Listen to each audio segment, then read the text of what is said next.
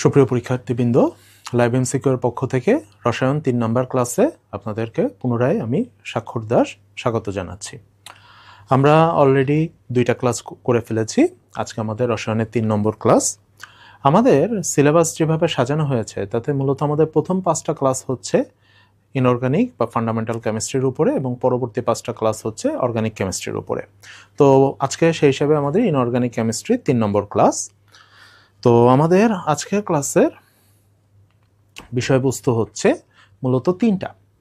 একটা হচ্ছে chemical change বলা যায়, অর্থাৎ কেমিক্যাল চেঞ্জের মধ্যে আছে chemical equilibrium, chemical kinetics, pH.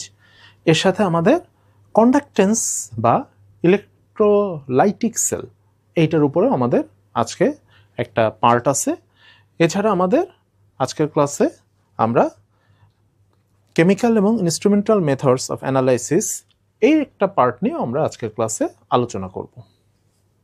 তো আমরা আজকে শুরু করি কেমিক্যাল ইকুইলিব্রিয়াম দিয়ে। এটাকে আমরা বাংলায় রাসায়নিক সাম্যাবস্থা নামে চিনি। আমরা আশা করি এই চ্যাপ্টারটা আমরা খুব ছোটবেলা থেকে পড়ে এসেছি, ক্লাস 9 থেকে বা আরও বললে ক্লাস 8এও কিন্তু রাসায়নিক সাম্যাবস্থা আমাদের ছিল। ক্লাস 8, ক্লাস 9, ক্লাস 10, 11, 12, দেন অনার্স। আমরা বলতে গেলে এই সাম্যাবস্থা পড়া শুরু করে অনেক ছোটবেলা থেকে। দ্যাটস ওয়াই এই টপিকটা আমাদের মোটামুটি সবার কাছেই পরিচিত টপিক, অনেকের কাছে হয়তো খুব প্রিয় টপিকও হতে পারে। তো মূলত আমরা রাসায়নিক সাম্যাবস্থাতে যদি কোশ্চেন আসার মতো যে জায়গাগুলো, এই জায়গাগুলোতে আমরা মূলত আজকে বেশি আলোচনা করব। তো মূলত রাসায়নিক সাম্যাবস্থা বলতে আমরা কি বুঝি, এটা আমরা মেবি সবাই জানি এখানে যারা আছি, যে আমার 2টা থাকে রাসায়নিক সাম্যাবস্থা। প্রথমত এটা অ্যাপ্লিকেবল হবে রিভার্সিবল রিয়াকশন, বাংলায় যেটা আমরা বলি উভমুখী বিক্রিয়া, তার জন্য। তাহলে উভমুখী বিক্রিয়ার 2টা পার্ট থাকে, একটা হচ্ছে ফরওয়ার্ড রিয়াকশন, বাংলায় বলি সম্মুখী বিক্রিয়া, আর একটা হচ্ছে রিভার্স রিয়াকশন বা বাংলায় বলি বিপরীতমুখী বিক্রিয়া। সাম্যাবস্থার কন্ডিশন হচ্ছে এই 2টার রেট যখন সমান হবে এই অবস্থাটাকে আমরা সাম্যাবস্থা বলতে পারি। ঠিক আছে, পরের স্লাইডে চলে যাই। তাহলে দেখেন আমাদের রাসায়নিক সাম্যাবস্থা হতে গেলে কি কি শর্ত বা কি কি বৈশিষ্ট্য তাকে মানতে হবে। প্রথমে বিক্রিয়াটা হতে হবে উভমুখী, অর্থাৎ রাসায়নিক সাম্যাবস্থায় আপনি যেটাই পড়েন না কেন আপনাকে কিন্তু উভমুখী চিহ্ন ব্যবহার করতে হবে, যে বিক্রিয়া লিখি না কেন। 2 নম্বর হচ্ছে, এটাও আমরা সংজ্ঞার মধ্যে বলেছি যে ফরওয়ার্ড এবং রিভার্স রিয়াকশনের রেট সমান হবে।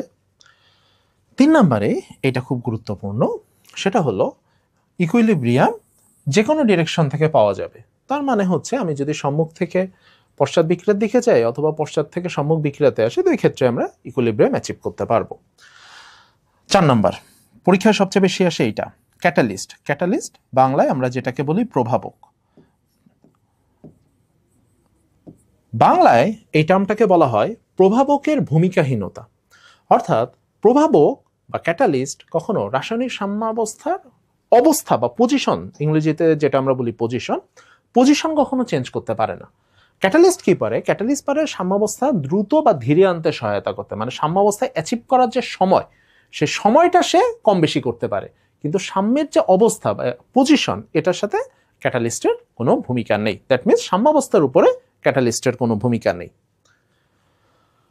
এখন আসেন, আমরা সবসময় একটা কথা বলি যে রাসায়নিক সাম্যাবস্থা একটা গতিশীল অবস্থা, ইংরেজিতে বলা হয় ডাইনামিক প্রসেস।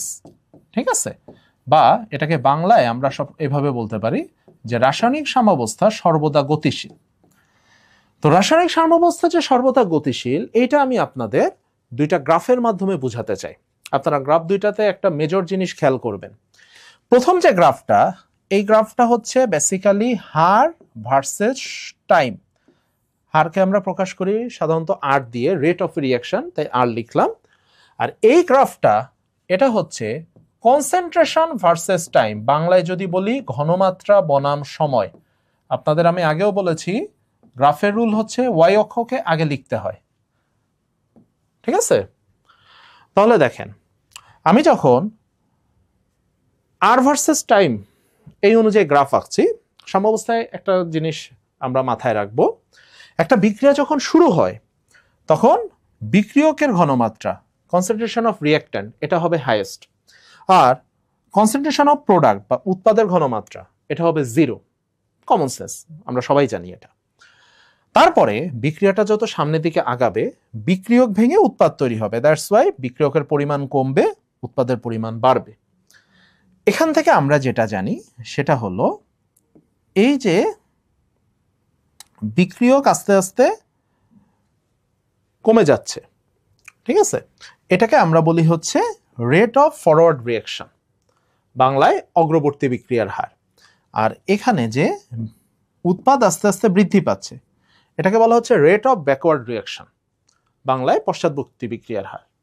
সাম্যাবস্থায় এই দুইটা সমান হবে, যে মুহূর্তে এই দুইটা সমান হয়ে গেল অর্থাৎ একজন আরেকজনকে টাচ করলো ওই মুহূর্ত থেকে আমার সাম্যাবস্থায় স্টার্ট হচ্ছে।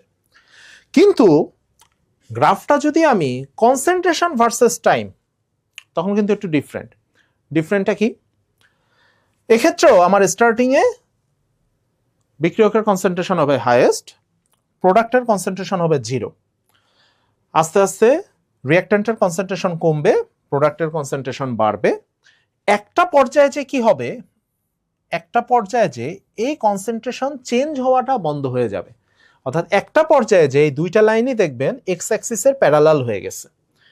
যে মুহূর্তে এই দুইটা লাইন এক্স অ্যাক্সিসের প্যারালাল হলো ওই মুহূর্তটাকে দেখেন আমরা ডট ডট লাইন দিয়ে এখানে সেটাকে আমরা সাম্যাবস্থা বা ইকুইলিব্রিয়াম বুঝিয়েছি। তাহলে এখান থেকে আমরা কি বুঝলাম, সাম্যাবস্থায় আমরা জানি যে খালি চোখে দেখলে মনে হয় বিক্রিয়া স্থির, অর্থাৎ বিক্রিয়ক এবং উৎপাদের পরিমাণে কোনো পরিবর্তন আমরা পাই না। কিন্তু এটাকে যদি আমি একটা গ্রাফের মাধ্যমে প্লেস করি তাহলে আমরা দেখতে পাচ্ছি যে এটা একটা চলমান প্রক্রিয়া, এখানে উৎপাদ বিক্রিয়ক দুইজনই গতিশীল, শুধু খালি চোখে আমার তাদের পরিমাণটাকে স্থির মনে হবে। তাহলে মূল বিষয়টা যেটা, যখন আপনি আর ভার্সেস টি গ্রাফ আঁকবেন তখন দুইটা মিশে যাবে, যখন আপনি ঘনমাত্রা বনাম সময় গ্রাফ আঁকবেন তখন দুইটা মিশতেও পারে নাও মিশতে পারে, তখন একটা পর্যায়ে এসে এই দুইটা লাইন এক্স অক্ষের সমান্তরাল হয়ে যাবে। এই হচ্ছে দুইটা গ্রাফের বেসিক পার্থক্য। এখন সাম্যাবস্থা বুঝতে গেলে আমাদের সবার আগে বুঝতে হবে ল অফ মাস অ্যাকশন, ঠিক আছে। এই ম্যাসটা যে কোনো ম্যাস না, এই ম্যাসটার আরেকটা নাম আছে, এটাকে আমরা বলি অ্যাক্টিভ ম্যাস, বাংলায় এটাকে আমরা বলি সক্রিয় ভর, ইংরেজিতে এটাকে অ্যাক্টিভ ম্যাস বলা হয়। অ্যাক্টিভ ম্যাস আবার দুই ধরনের হতে পারে, অ্যাক্টিভ ম্যাস হতে পারে কনসেন্ট্রেশন, বাংলায় আমরা যেটাকে বলি ঘনমাত্রা। অ্যাক্টিভ ম্যাস আরেকটা হতে পারে পার্শিয়াল প্রেসার, আমরা কয়েকদিন আগেই ডাল্টনের পার্শিয়াল প্রেসার ল পড়েছিলাম, বাংলায় আমরা এটাকে বলি আংশিক চাপ। তাহলে এই যে আমার দুইটা পার্ট, একটা কনসেন্ট্রেশন আর একটা পার্শিয়াল প্রেসার, আসলে কনসেন্ট্রেশন না বলে এটাকে আমরা মোলার কনসেন্ট্রেশন বলতে পারি, তাহলে আরো ভালো হয়।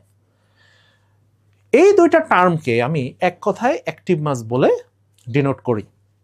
এখন এই থিওরিতে যেটা বলা হচ্ছে, আমরা একটা বিক্রিয়া দিয়ে দেখি। ধরেন আমি একটা বিক্রিয়া লিখলাম এ প্লাস বি, অবশ্যই মনে রাখবেন এখানে আমরা যখনই কোনো বিক্রিয়া লিখি উভমুখী সাইন দিতে হয়, যদি আপনাদের রিটার্ন পার্ট নাই তারপর একটু মনে করাই দিলাম। এখন আমি একটা রিভার্সিবল রিঅ্যাকশন চিন্তা করি, খুব সিম্পল একটা রিঅ্যাকশন নিলাম। এই রিঅ্যাকশনটার ফরওয়ার্ড রিঅ্যাকশনের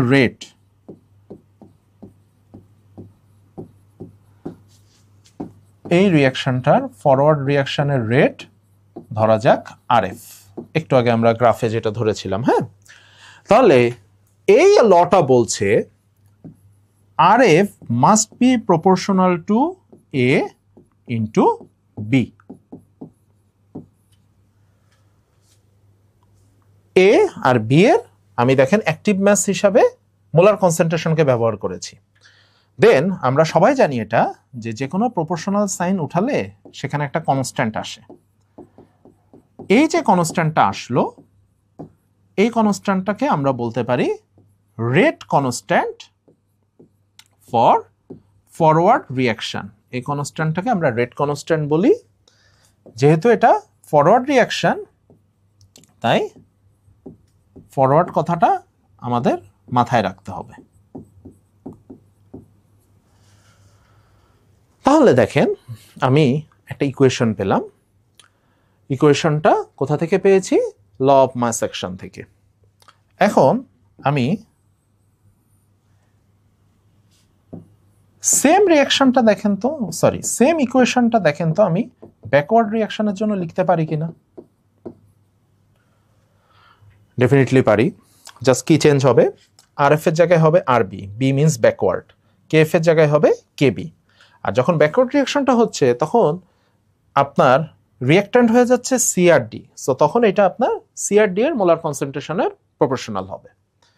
আমি জানি যখন আমরা ইকুইলিব্রিয়ামে পৌঁছাবো তখন আর এফ এবং আর বি এই দুইটা ইকুয়াল হবে। দ্যাটস ওয়াই আমি যদি এই দুইটার মান এখানে বসাই,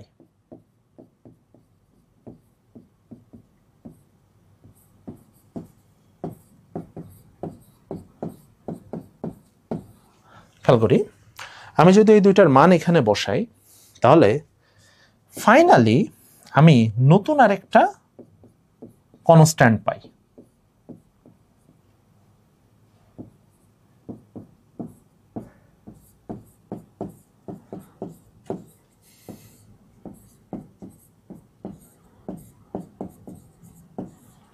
আমরা সবাই নিশ্চয়ই কনস্ট্যান্টটাকে চিনি, আমাদের সেকেন্ড ক্লাসেও এই কেসি আমাদের দরকার হয়েছিল। কেসি আসলে ফান্ডামেন্টাল কেমিস্ট্রি বা ইনঅর্গানিক কেমিস্ট্রি জুড়ে সব জায়গাতে আমাদের কেসি ঘুরে ফিরে লাগবে।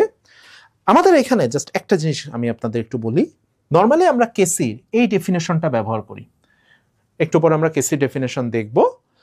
যেহেতু আমার সামনে উদাহরণই আছে তাহলে আমরা এখান থেকে একটা ডেফিনেশন বানাই ফেলি, সেটা হলো আমার উপরে থাকছে প্রোডাক্টের কনসেন্ট্রেশন গুণফল, আমার নিচে থাকছে রিঅ্যাক্ট্যান্টগুলোর কনসেন্ট্রেশনের গুণফল, তার মানে প্রোডাক্টের কনসেন্ট্রেশনের প্রোডাক্ট আর রিঅ্যাক্ট্যান্টের কনসেন্ট্রেশনের প্রোডাক্ট, এই রেশিওটাকে আমরা কেসি বলছি। কিন্তু আমরা কেসির আরেকটা ডেফিনেশন কিন্তু এখান থেকে লিখতে পারি। দেখেন কেসি ইকুয়াল টু আমি লিখছি K F by KB. K F কি, rate constant of forward reaction, KB কি, rate constant for backward reaction. এভাবেও কিন্তু কেসিকে ডিফাইন করা যায়। এমসিকিউতে কিন্তু আপনার বিভিন্ন ডেফিনেশনকে ঘুরে ফিরে অপশন হিসেবে দেওয়ার চান্স খুব বেশি। আচ্ছা, আমি এখানে বেশি সময় নিব না, এটা আপনাদের সবারই খুব পরিচিত জায়গা। শুধু আমরা জানি কেসি থাকলে অটোমেটিক্যালি আমার এখানে কেপিও চলে আসবে। কেপি এর ক্ষেত্রে জাস্ট কনসেন্ট্রেশনটাকে আমরা চেঞ্জ করে দিব পার্শিয়াল প্রেসার দিয়ে। তবে আপনাদের একটা বিষয় মাথায় রাখতে হবে, যখন আপনি পার্শিয়াল প্রেসার ব্যবহার করছেন তখন আপনি ধরে নিচ্ছেন এইখানে যে সাবস্ট্যান্স, যে রিঅ্যাক্ট্যান্ট এবং যে প্রোডাক্টগুলো আছে এদের সবার ফিজিক্যাল স্টেট হচ্ছে গ্যাসিয়াস। যদি এখানে কোনোটা গ্যাসিয়াস না হয়ে অন্য কোনো স্টেজে থাকে, সে কঠিন হোক তরল হোক, তাহলে ডেফিনেটলি তার পার্শিয়াল প্রেসারকে আপনার 1 ধরে নিতে হবে।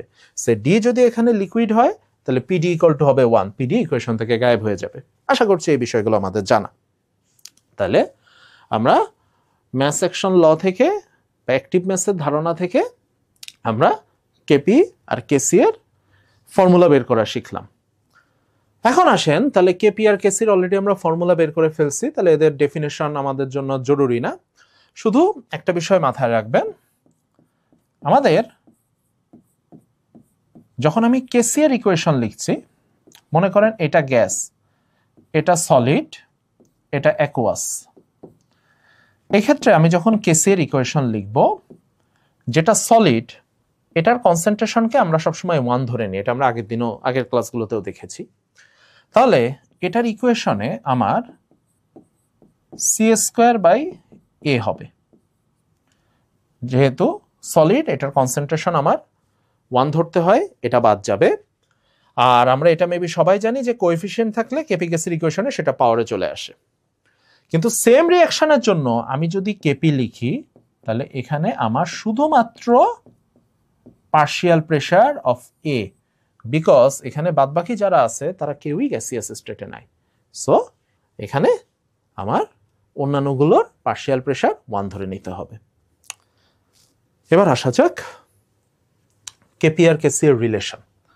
এটাও আমরা সবাই জানি, এখানে 8টা হচ্ছে মোলার গ্যাস কনস্ট্যান্ট, এটার 2টা বা 3টা ভ্যালু আমরা বিভিন্ন আগের ক্লাসে দেখেছি। এই ভ্যালুটা কত হবে এটা আপনাকে কোশ্চেনে বলে দেওয়া হবে, যে কেপি গ্যাসের ইকুয়েশনে যদি কখনো ম্যাথ আসে, যদিও এই ম্যাথটা ক্যালকুলেটর ছাড়া করা ডিফিকাল্ট, সো এখানে আমাদের সরাসরি মান বসায় ম্যাথ আসার চান্স খুব কম। এখানে আমাদের একটা গুরুত্বপূর্ণ জিনিস হচ্ছে ডেল এন। ডেলেনের ডিফিনিশনটা দেখেন। ডেলেন is the change in the number of moles of gas. এই ওয়ার্ডটা আমরা প্রায় কিন্তু ভুলে যাই। কেন আমি বলছি দেখেন, আমি একটা রিয়াকশন লিখলাম CH4 প্লাস 2O2,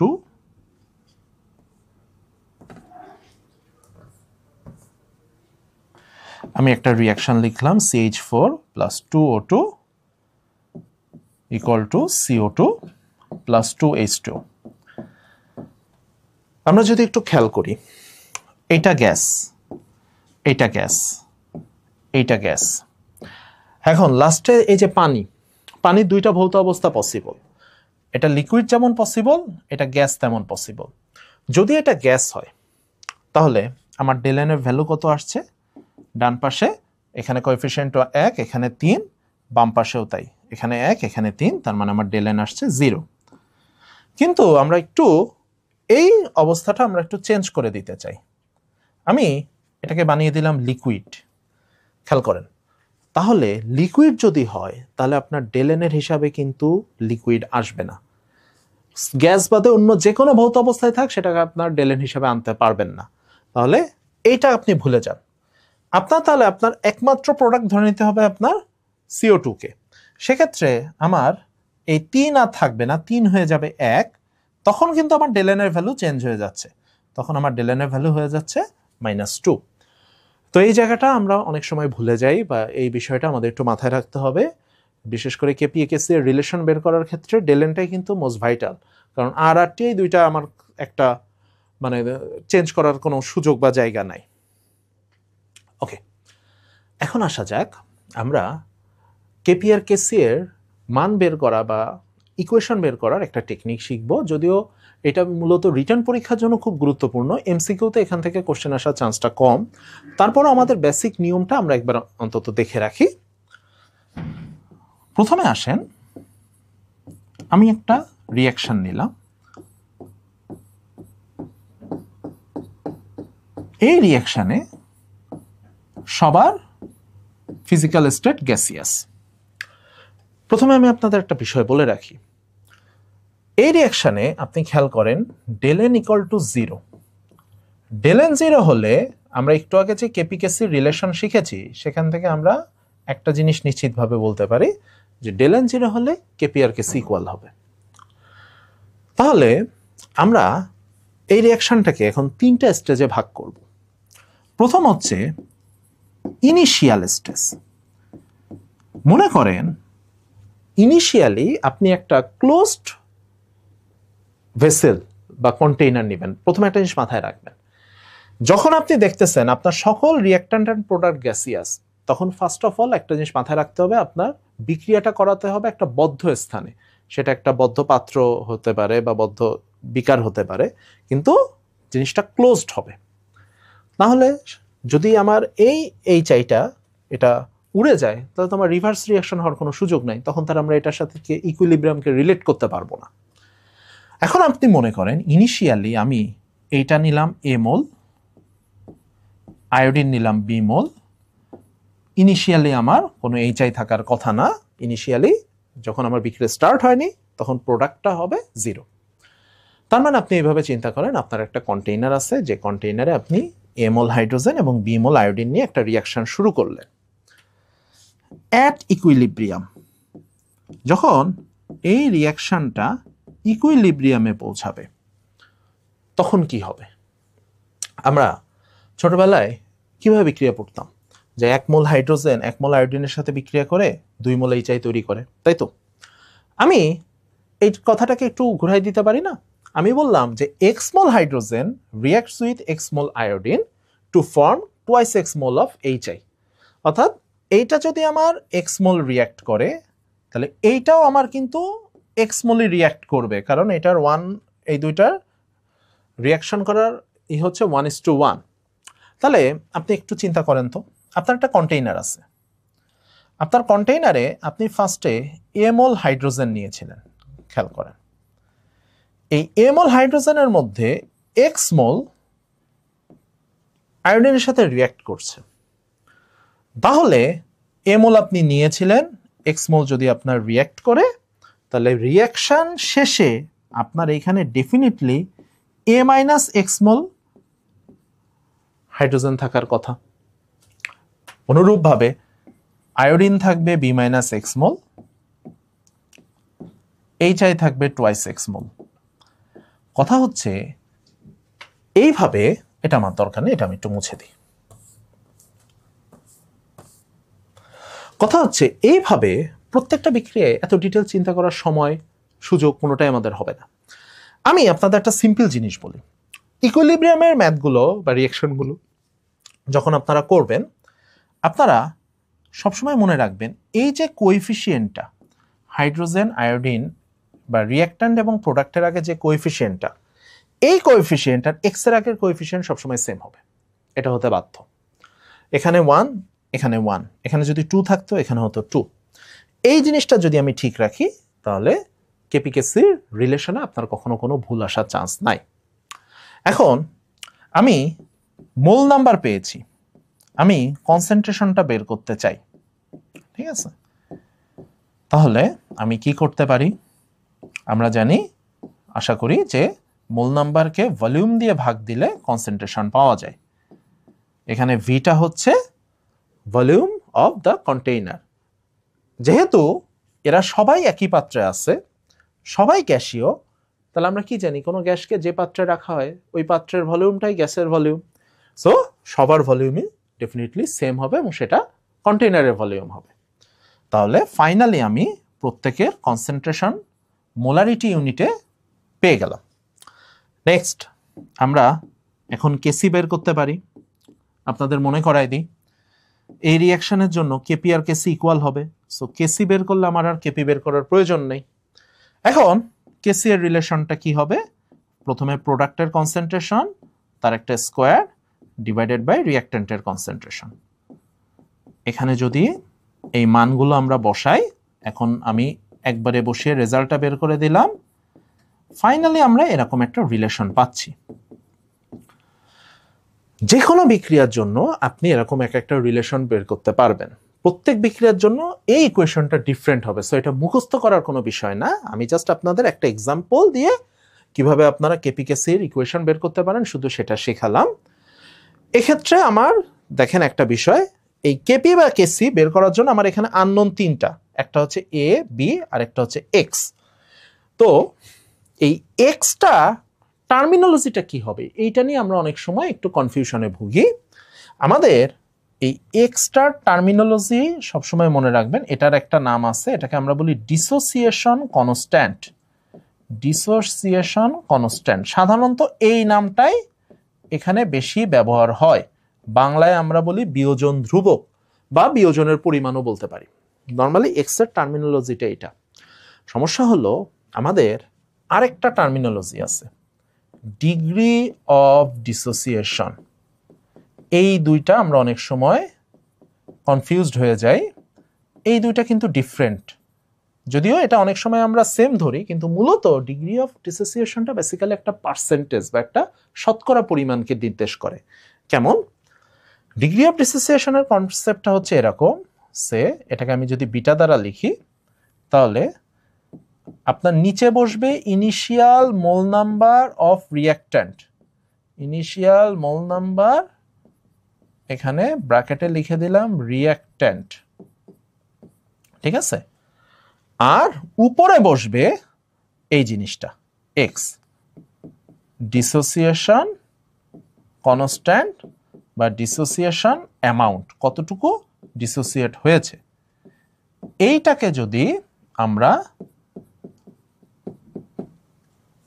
100% দিয়ে মাল্টিপ্লাই করি তাহলে এই টার্মটাকে আমরা বলতে পারি ডিগ্রি অফ ডিসোসিয়েশন। খেয়াল রাখবেন। আর শুধু এক্স যেটা, মানে এখানে যেটা এক্স, সেটাকে আমরা মূলত বলতে চাই ডিসোসিয়েশন কনস্ট্যান্ট বা ডিসোসিয়েশন অ্যামাউন্ট। এই দুইটা অনেক সময় আমাদের কনফিউশন ক্রিয়েট করতে পারে, এটা একটু আপনারা নিজেরা মাথায় রাখবেন। এখন আসেন আমরা একটা ছোট্ট প্রবলেম সলভ করি। আমি আগের ক্লাসে আপনাদের সাথে আলোচনা করেছিলাম যে আমাদের ক্যালকুলেটর অ্যালাউ করা হবে কিনা, আমরা এখনো নিশ্চিত না, সম্ভবত হবে না। তো আমি মোটামুটি এমন একটা ম্যাথ দিয়েছি যেটা উইদাউট ক্যালকুলেটরও হয়তো একটু মানে ক্যালকুলেশন করে করা সম্ভব। তো আসেন আমরা একটা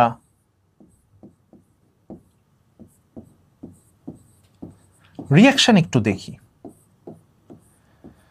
এই রিয়াকশনটাতে খেয়াল করেন আমরা দেখতে পাচ্ছি আমাদের কেসি এর ভ্যালুটা দেওয়া আছে 4 × 10⁻⁻24, এই ভ্যালুটা আমাদের দেওয়া আছে। এখন আমাকে স্টার্টিং এ কার্বন ডাই অক্সাইডের অ্যামাউন্টটা বলে দেওয়া আছে। আমরা জানি যে কার্বন ডাই অক্সাইডের মোলার মাস হচ্ছে 44, তাহলে এটাকে আমি যদি 44 দিয়ে ডিভাইড করি তাহলে এটা আমরা পাবো 0.01 মোল। এটা হচ্ছে ইনিশিয়াল, তাহলে এটা হচ্ছে ইনিশিয়াল কন্ডিশন। ইনিশিয়ালি আমি পাচ্ছি এটা, ঠিক আছে। নেক্সট আমাকে এটার অ্যামাউন্ট আমাকে এখন তাহলে ধরে নিতে হচ্ছে 0, ওকে। এখন অ্যাট ইকুইলিব্রিয়াম কি হবে খেয়াল করেন, যে সলিড এটার কনসেন্ট্রেশন আমরা সবসময় ম্যাথমেটিক্যালি 1 ধরে নিই। অ্যাকচুয়ালি 1 ধরার উদ্দেশ্যটা কি জানেন, আমরা ধরে নিচ্ছি এর কনসেন্ট্রেশন আনচেঞ্জ থাকবে, দ্যাটস ওয়াই এটাকে আমরা 1 ধরি। এখন যখন আপনি কেসি বের করতে যাবেন তখন অবশ্যই মনে রাখবেন যারা সলিড তারা আপনার কেসিতে কোনো ভূমিকা রাখবে না, সো এইটা ধরে নেন এ নাই। তাহলে একটু আগে আমি যে রুল শিখছি সেই রুল অনুসারে খেয়াল করেন, আমার এখানে কোএফিসিয়েন্ট হচ্ছে 1, তাহলে আমি এক্স এর আগে লিখবো 1। এখানে কোএফিসিয়েন্ট হচ্ছে 2, তাহলে আমি এক্স এর আগে লিখতে পারি 2। এই কোএফিসিয়েন্টের বিষয়টা সবসময় মেনটেন করবেন। আচ্ছা, আমার এখানে কোনো ভলিউম দেওয়া নেই, সো ভলিউমটাকে আমি 1 ধরে নিই, ঠিক আছে। মানে এখানে মূলত দেখেন 0.44 গ্রামকে ওরা কনসেন্ট্রেশন বলতে চেয়েছে, মানে আসলে ওরা বুঝাইতে চেয়েছে 0.44 গ্রামটা আসলে মানে এটা অ্যাকচুয়ালি আপনার সরাসরি এটাকে আপনি ডিনোট করতে পারেন, মানে কনসেন্ট্রেশন ধরতে পারেন। সেই হিসাবে আমরা বুঝে নিচ্ছি যে এখানে আসলে ভলিউম 1। তাই যদি হয় তাহলে এটাই হচ্ছে এখন আমার কনসেন্ট্রেশন। তাহলে আমি কেসি ইকুয়াল টু কি লিখতে পারি দেখেন, প্রোডাক্টের কনসেন্ট্রেশন এর হোল স্কয়ার, এই 2টা পাওয়ারে চলে আসলো, ডিভাইডেড বাই রিঅ্যাক্ট্যান্টের কনসেন্ট্রেশন। নেক্সট আমি স্বাভাবিকভাবে এই এক্স এর ভ্যালুটা খুব ছোট হবে, এই কারণে এই এক্সটাকে আমি ধরে নিচ্ছি এটা 0.01 থেকে অনেক ছোট। তাহলে এখানে আমি পাচ্ছি 4x², এখানে আমি পাচ্ছি 0.01, ও সরি এটা আমার 24 ছিল, এটা আমার 24 ছিল। তাহলে এই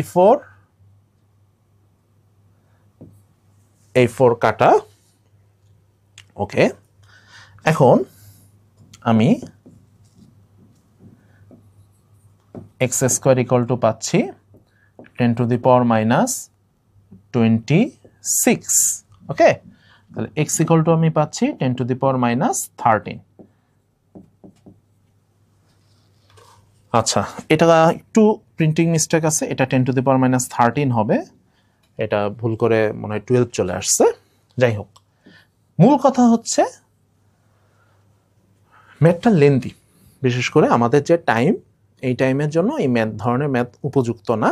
তারপরও আমরা একটা ম্যাথ প্র্যাকটিস করে রাখলাম যে আমাদের অন্তত ইকুইলিব্রিয়ামে যে কনসেপ্টগুলো আছে কনসেপ্টগুলো যাতে ক্লিয়ার থাকে।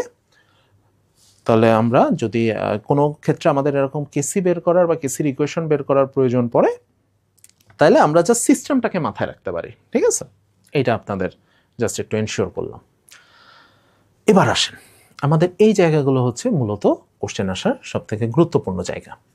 ফার্স্ট আসেন van't Hoff equation. Van't Hoff ইকুয়েশনটাকে মূলত আমরা এইভাবে এক্সপ্রেস করি, ln KP equal to -ΔS/RT plus constant. এই ইকুয়েশনটা থেকে আমরা এই ইকুয়েশনটা ড্রাইভ করতে পারি, মানে এইটার এইটা আসলে একই জিনিস, ঠিক আছে। দুইটা ইকুয়েশন একই জিনিস। এই আর আপনারা নিশ্চয়ই বুঝতে পারতেছেন এটা আমরা মোলার গ্যাস কনস্ট্যান্টকে বুঝাচ্ছি। এখন এই ইকুয়েশনটা আসলে আমরা কি বুঝাইতে চাই একটু খেয়াল করেন। এখানে প্রথম একটা জিনিস আমরা দেখতে পাচ্ছি যে KP it's depends on T. KP এবং কেসি সবার আগে মনে রাখবেন এটা টেম্পারেচার ডিপেন্ডেন্ট, অর্থাৎ টেম্পারেচার চেঞ্জ করলে কেপি এবং কেসি অবশ্যই চেঞ্জ হবে। এটা আমাদের একটু কনফিউশন অ্যারাইজ করে, সেটা হলো একটা লা শাতেলিয়ার প্রিন্সিপাল আর একটা ভ্যান টফ ইকুয়েশন। লা শাতেলিয়ার প্রিন্সিপাল, সেখানে আমরা একটু পরে দেখব যে একটা রিয়াকশনের যেটা ইকুইলিব্রিয়াম, সেই ইকুইলিব্রিয়ামের position, pressure, temperature and concentration, এই তিনটা জিনিস শিফট করতে পারে। কিন্তু প্রেশার এবং কনসেন্ট্রেশন এটা কিন্তু কেপি কেসির ভ্যালু চেঞ্জ করতে পারে না। কেপি কেসির ভ্যালু প্রেশার এবং কনসেন্ট্রেশনের ভ্যালুর উপর নির্ভর করে না। খেয়াল করেন এই ইকুয়েশনে কোনো পি বা সি নাই। কেপি কেসির ভ্যালু অনলি ডিপেন্ড করে টেম্পারেচারের ভ্যালুর উপরে। এই বিষয়টা কিন্তু আপনারা মাথায় রাখবেন। অর্থাৎ টি চেঞ্জ করলে ইকুইলিব্রিয়ামও শিফট হবে, কেপি কেসির ভ্যালুও চেঞ্জ হবে। কিন্তু পি আর সি অর্থাৎ প্রেশার আর কনসেন্ট্রেশন চেঞ্জ করলে ইকুইলিব্রিয়াম শিফট হবে, কিন্তু কেপি কেসির ভ্যালুতে কোনো চেঞ্জ আসবে না। এই বিষয়টা আপনারা মাথায় রাখবেন। এখন আমরা এখান থেকে একটা যদি গ্রাফ ড্র করি, তাহলে খেয়াল করেন, আমি এই অ্যাক্সিস বরাবর নিলাম লন কেপি, এই অ্যাক্সিস বরাবর নিলাম 1/t। তাহলে প্রথমত আমরা এখানে এরকম একটা গ্রাফ পাবো। এখন একটা জিনিস আমরা নোটিস করি, এই গ্রাফটার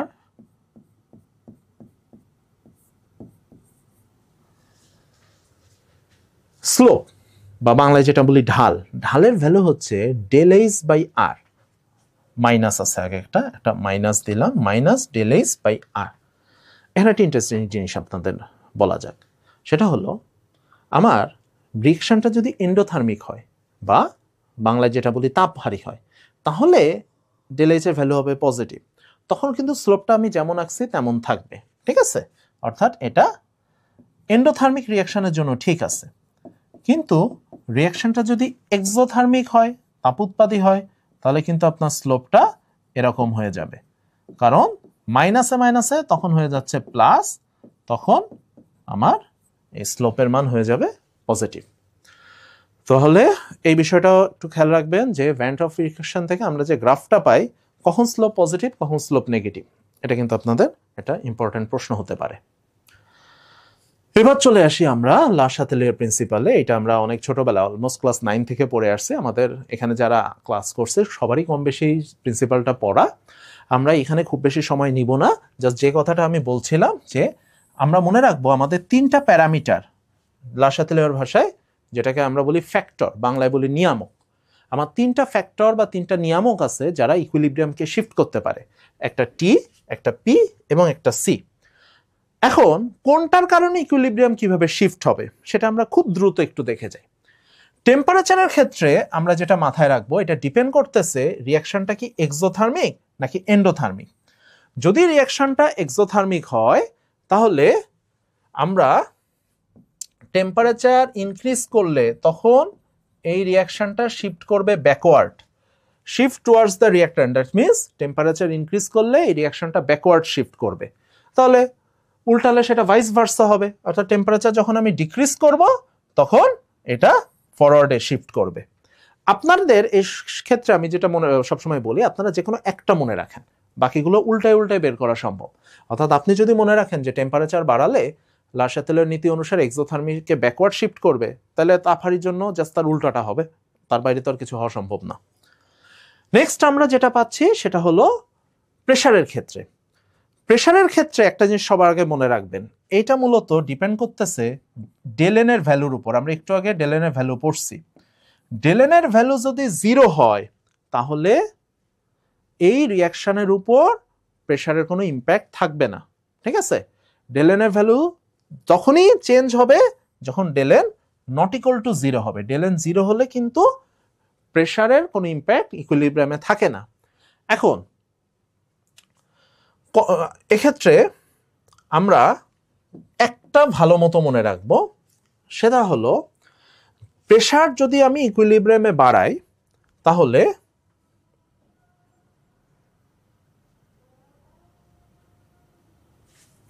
এই রিঅ্যাকশনটা ফরওয়ার্ডে শিফট করবে যদি ডেলেন এর ভ্যালু নেগেটিভ হয়। একটা মনে রাখবো। তাহলে 3টা পয়েন্ট দেখেন, ডেলেন যদি নেগেটিভ হয়, প্রেশার যদি আমি ইনক্রিজ করি, তখন রিঅ্যাকশনটা ফরওয়ার্ড শিফট করবে, আদারওয়াইজ উল্টোটা হবে।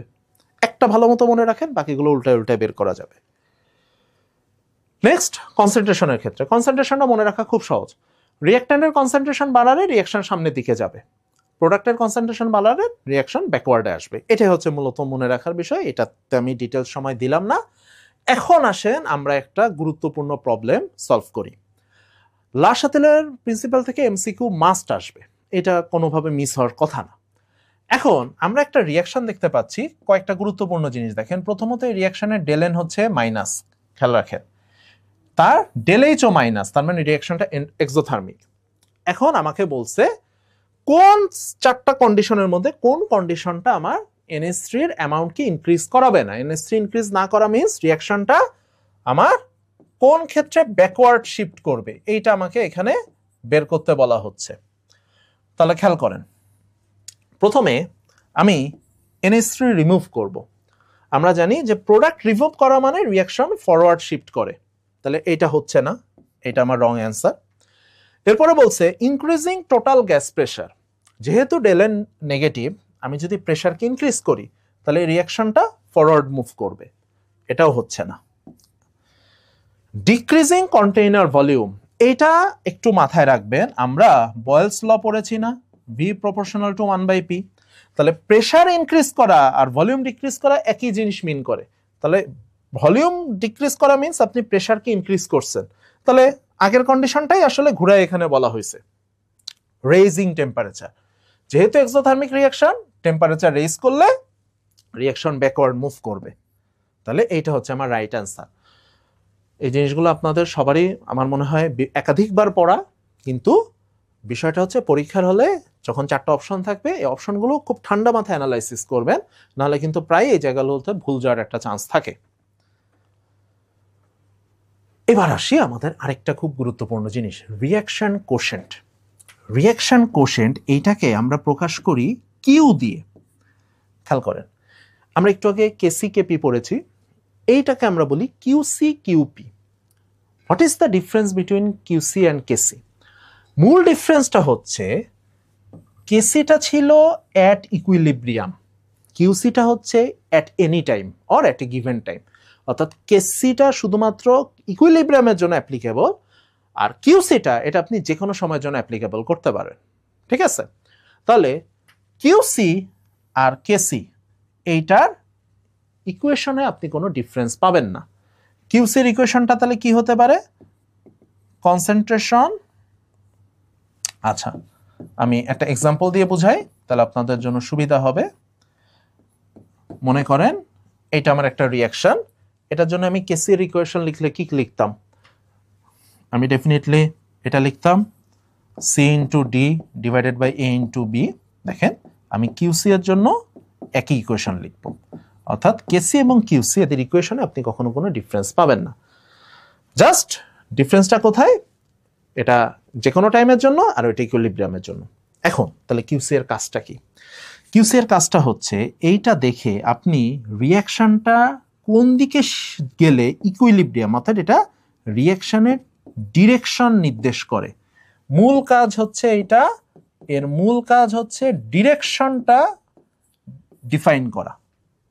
ওকে, দুইটা কন্ডিশন হইতে পারে, কিউসি কেসি এর থেকে বড়, দ্যাট মিনস ইকুইলিব্রিয়ামে আপনার যে পরিমাণ প্রোডাক্ট থাকা দরকার এখন তার থেকে বেশি আছে, তাহলে এই রিঅ্যাকশনটা আমার কোন দিকে শিফট করবে?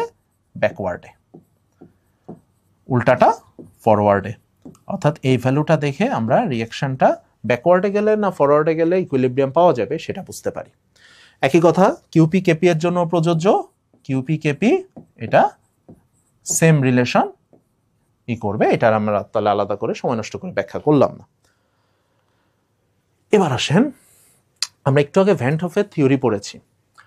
ভ্যান হোফের আরেকটা থিওরি আছে, আসলে এই ইকুয়েশনটা থেকে কিন্তু ভ্যান হোফের ওই ইকুয়েশনটা প্রুফ করা হয়, ঠিক আছে? তো এখানে আমরা দেখছি কি যে গিভস ফ্রি এনার্জি, যেটা আমরা আগের ক্লাসে বা আগের লেকচারে দেখেছি, গিভস ফ্রি এনার্জির সাথে কেপি কেসির একটা রিলেশন দেখানো হয়েছে। এই ইকুয়েশনটাও খুব গুরুত্বপূর্ণ।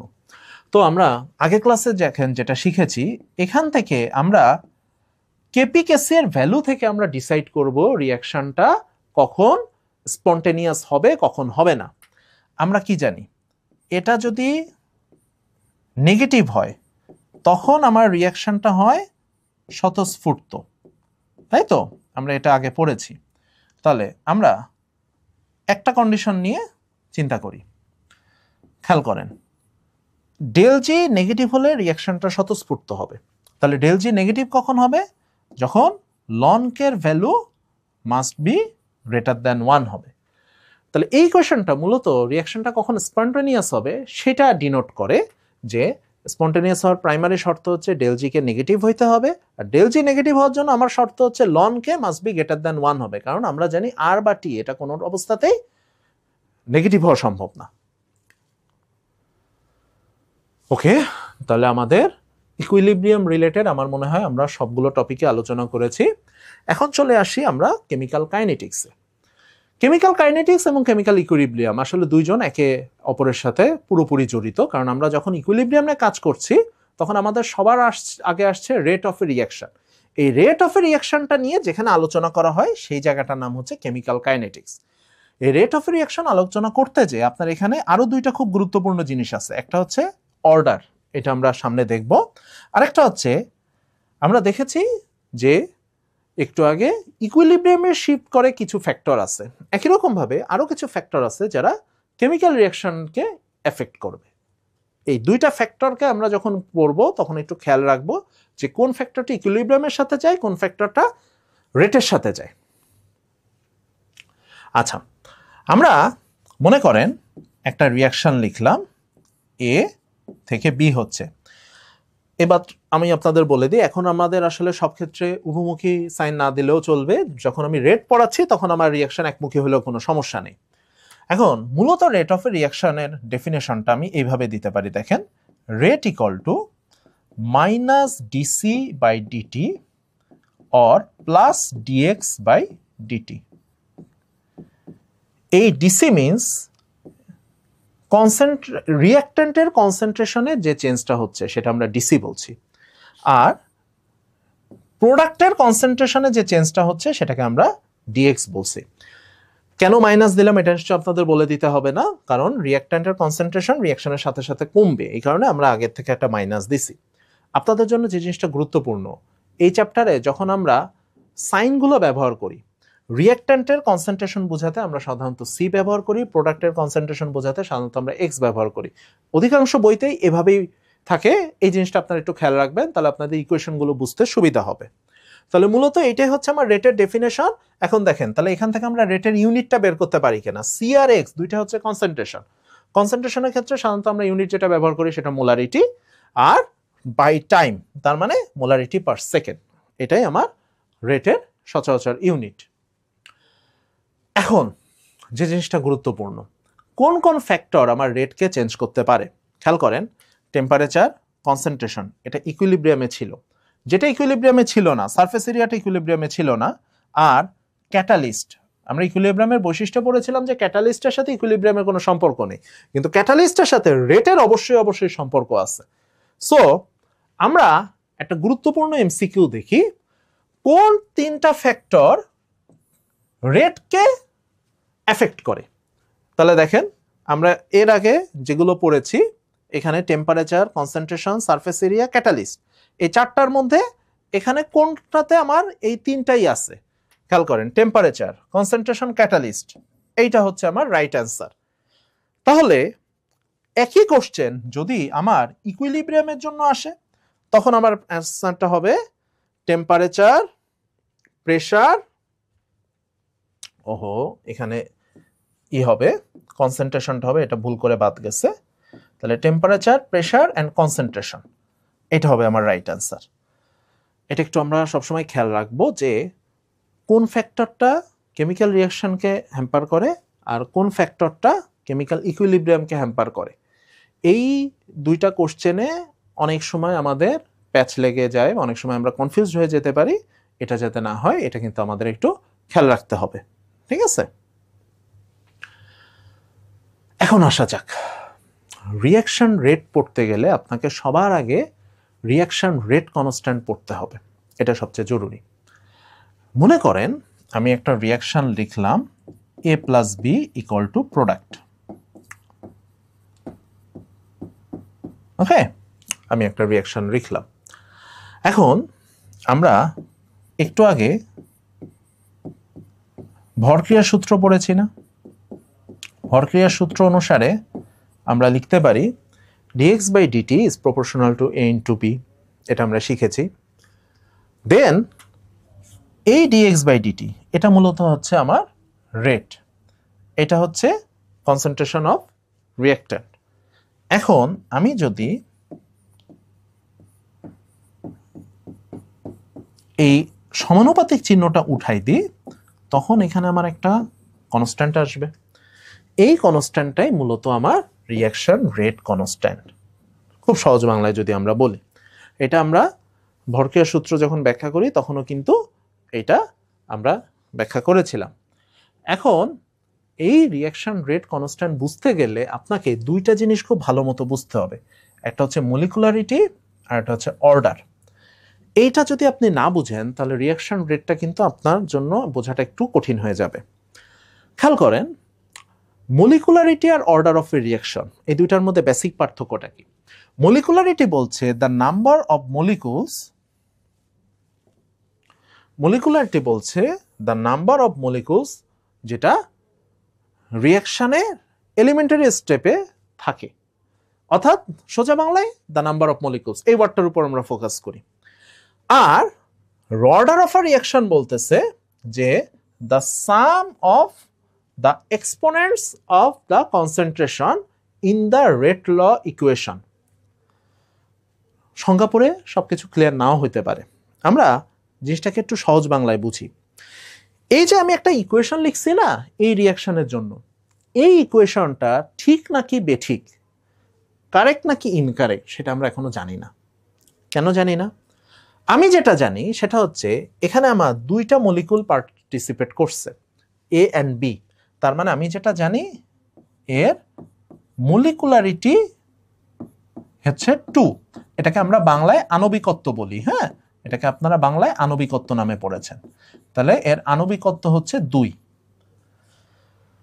তাহলে সমস্যাটা হলো আমি এই রিঅ্যাকশনটাকে এক্সপেরিমেন্টালি, মানে যখন আমি রিঅ্যাকশনটাকে প্র্যাকটিক্যালি করতে গেলাম তখন আমি দেখতেছি এই রিঅ্যাকশনটার রেট, বি এর কনসেন্ট্রেশন আমি বাড়াইলেও রেট খুব একটা চেঞ্জ হয় না, বি এর কনসেন্ট্রেশন কমাইলেও রেট খুব একটা চেঞ্জ হয় না।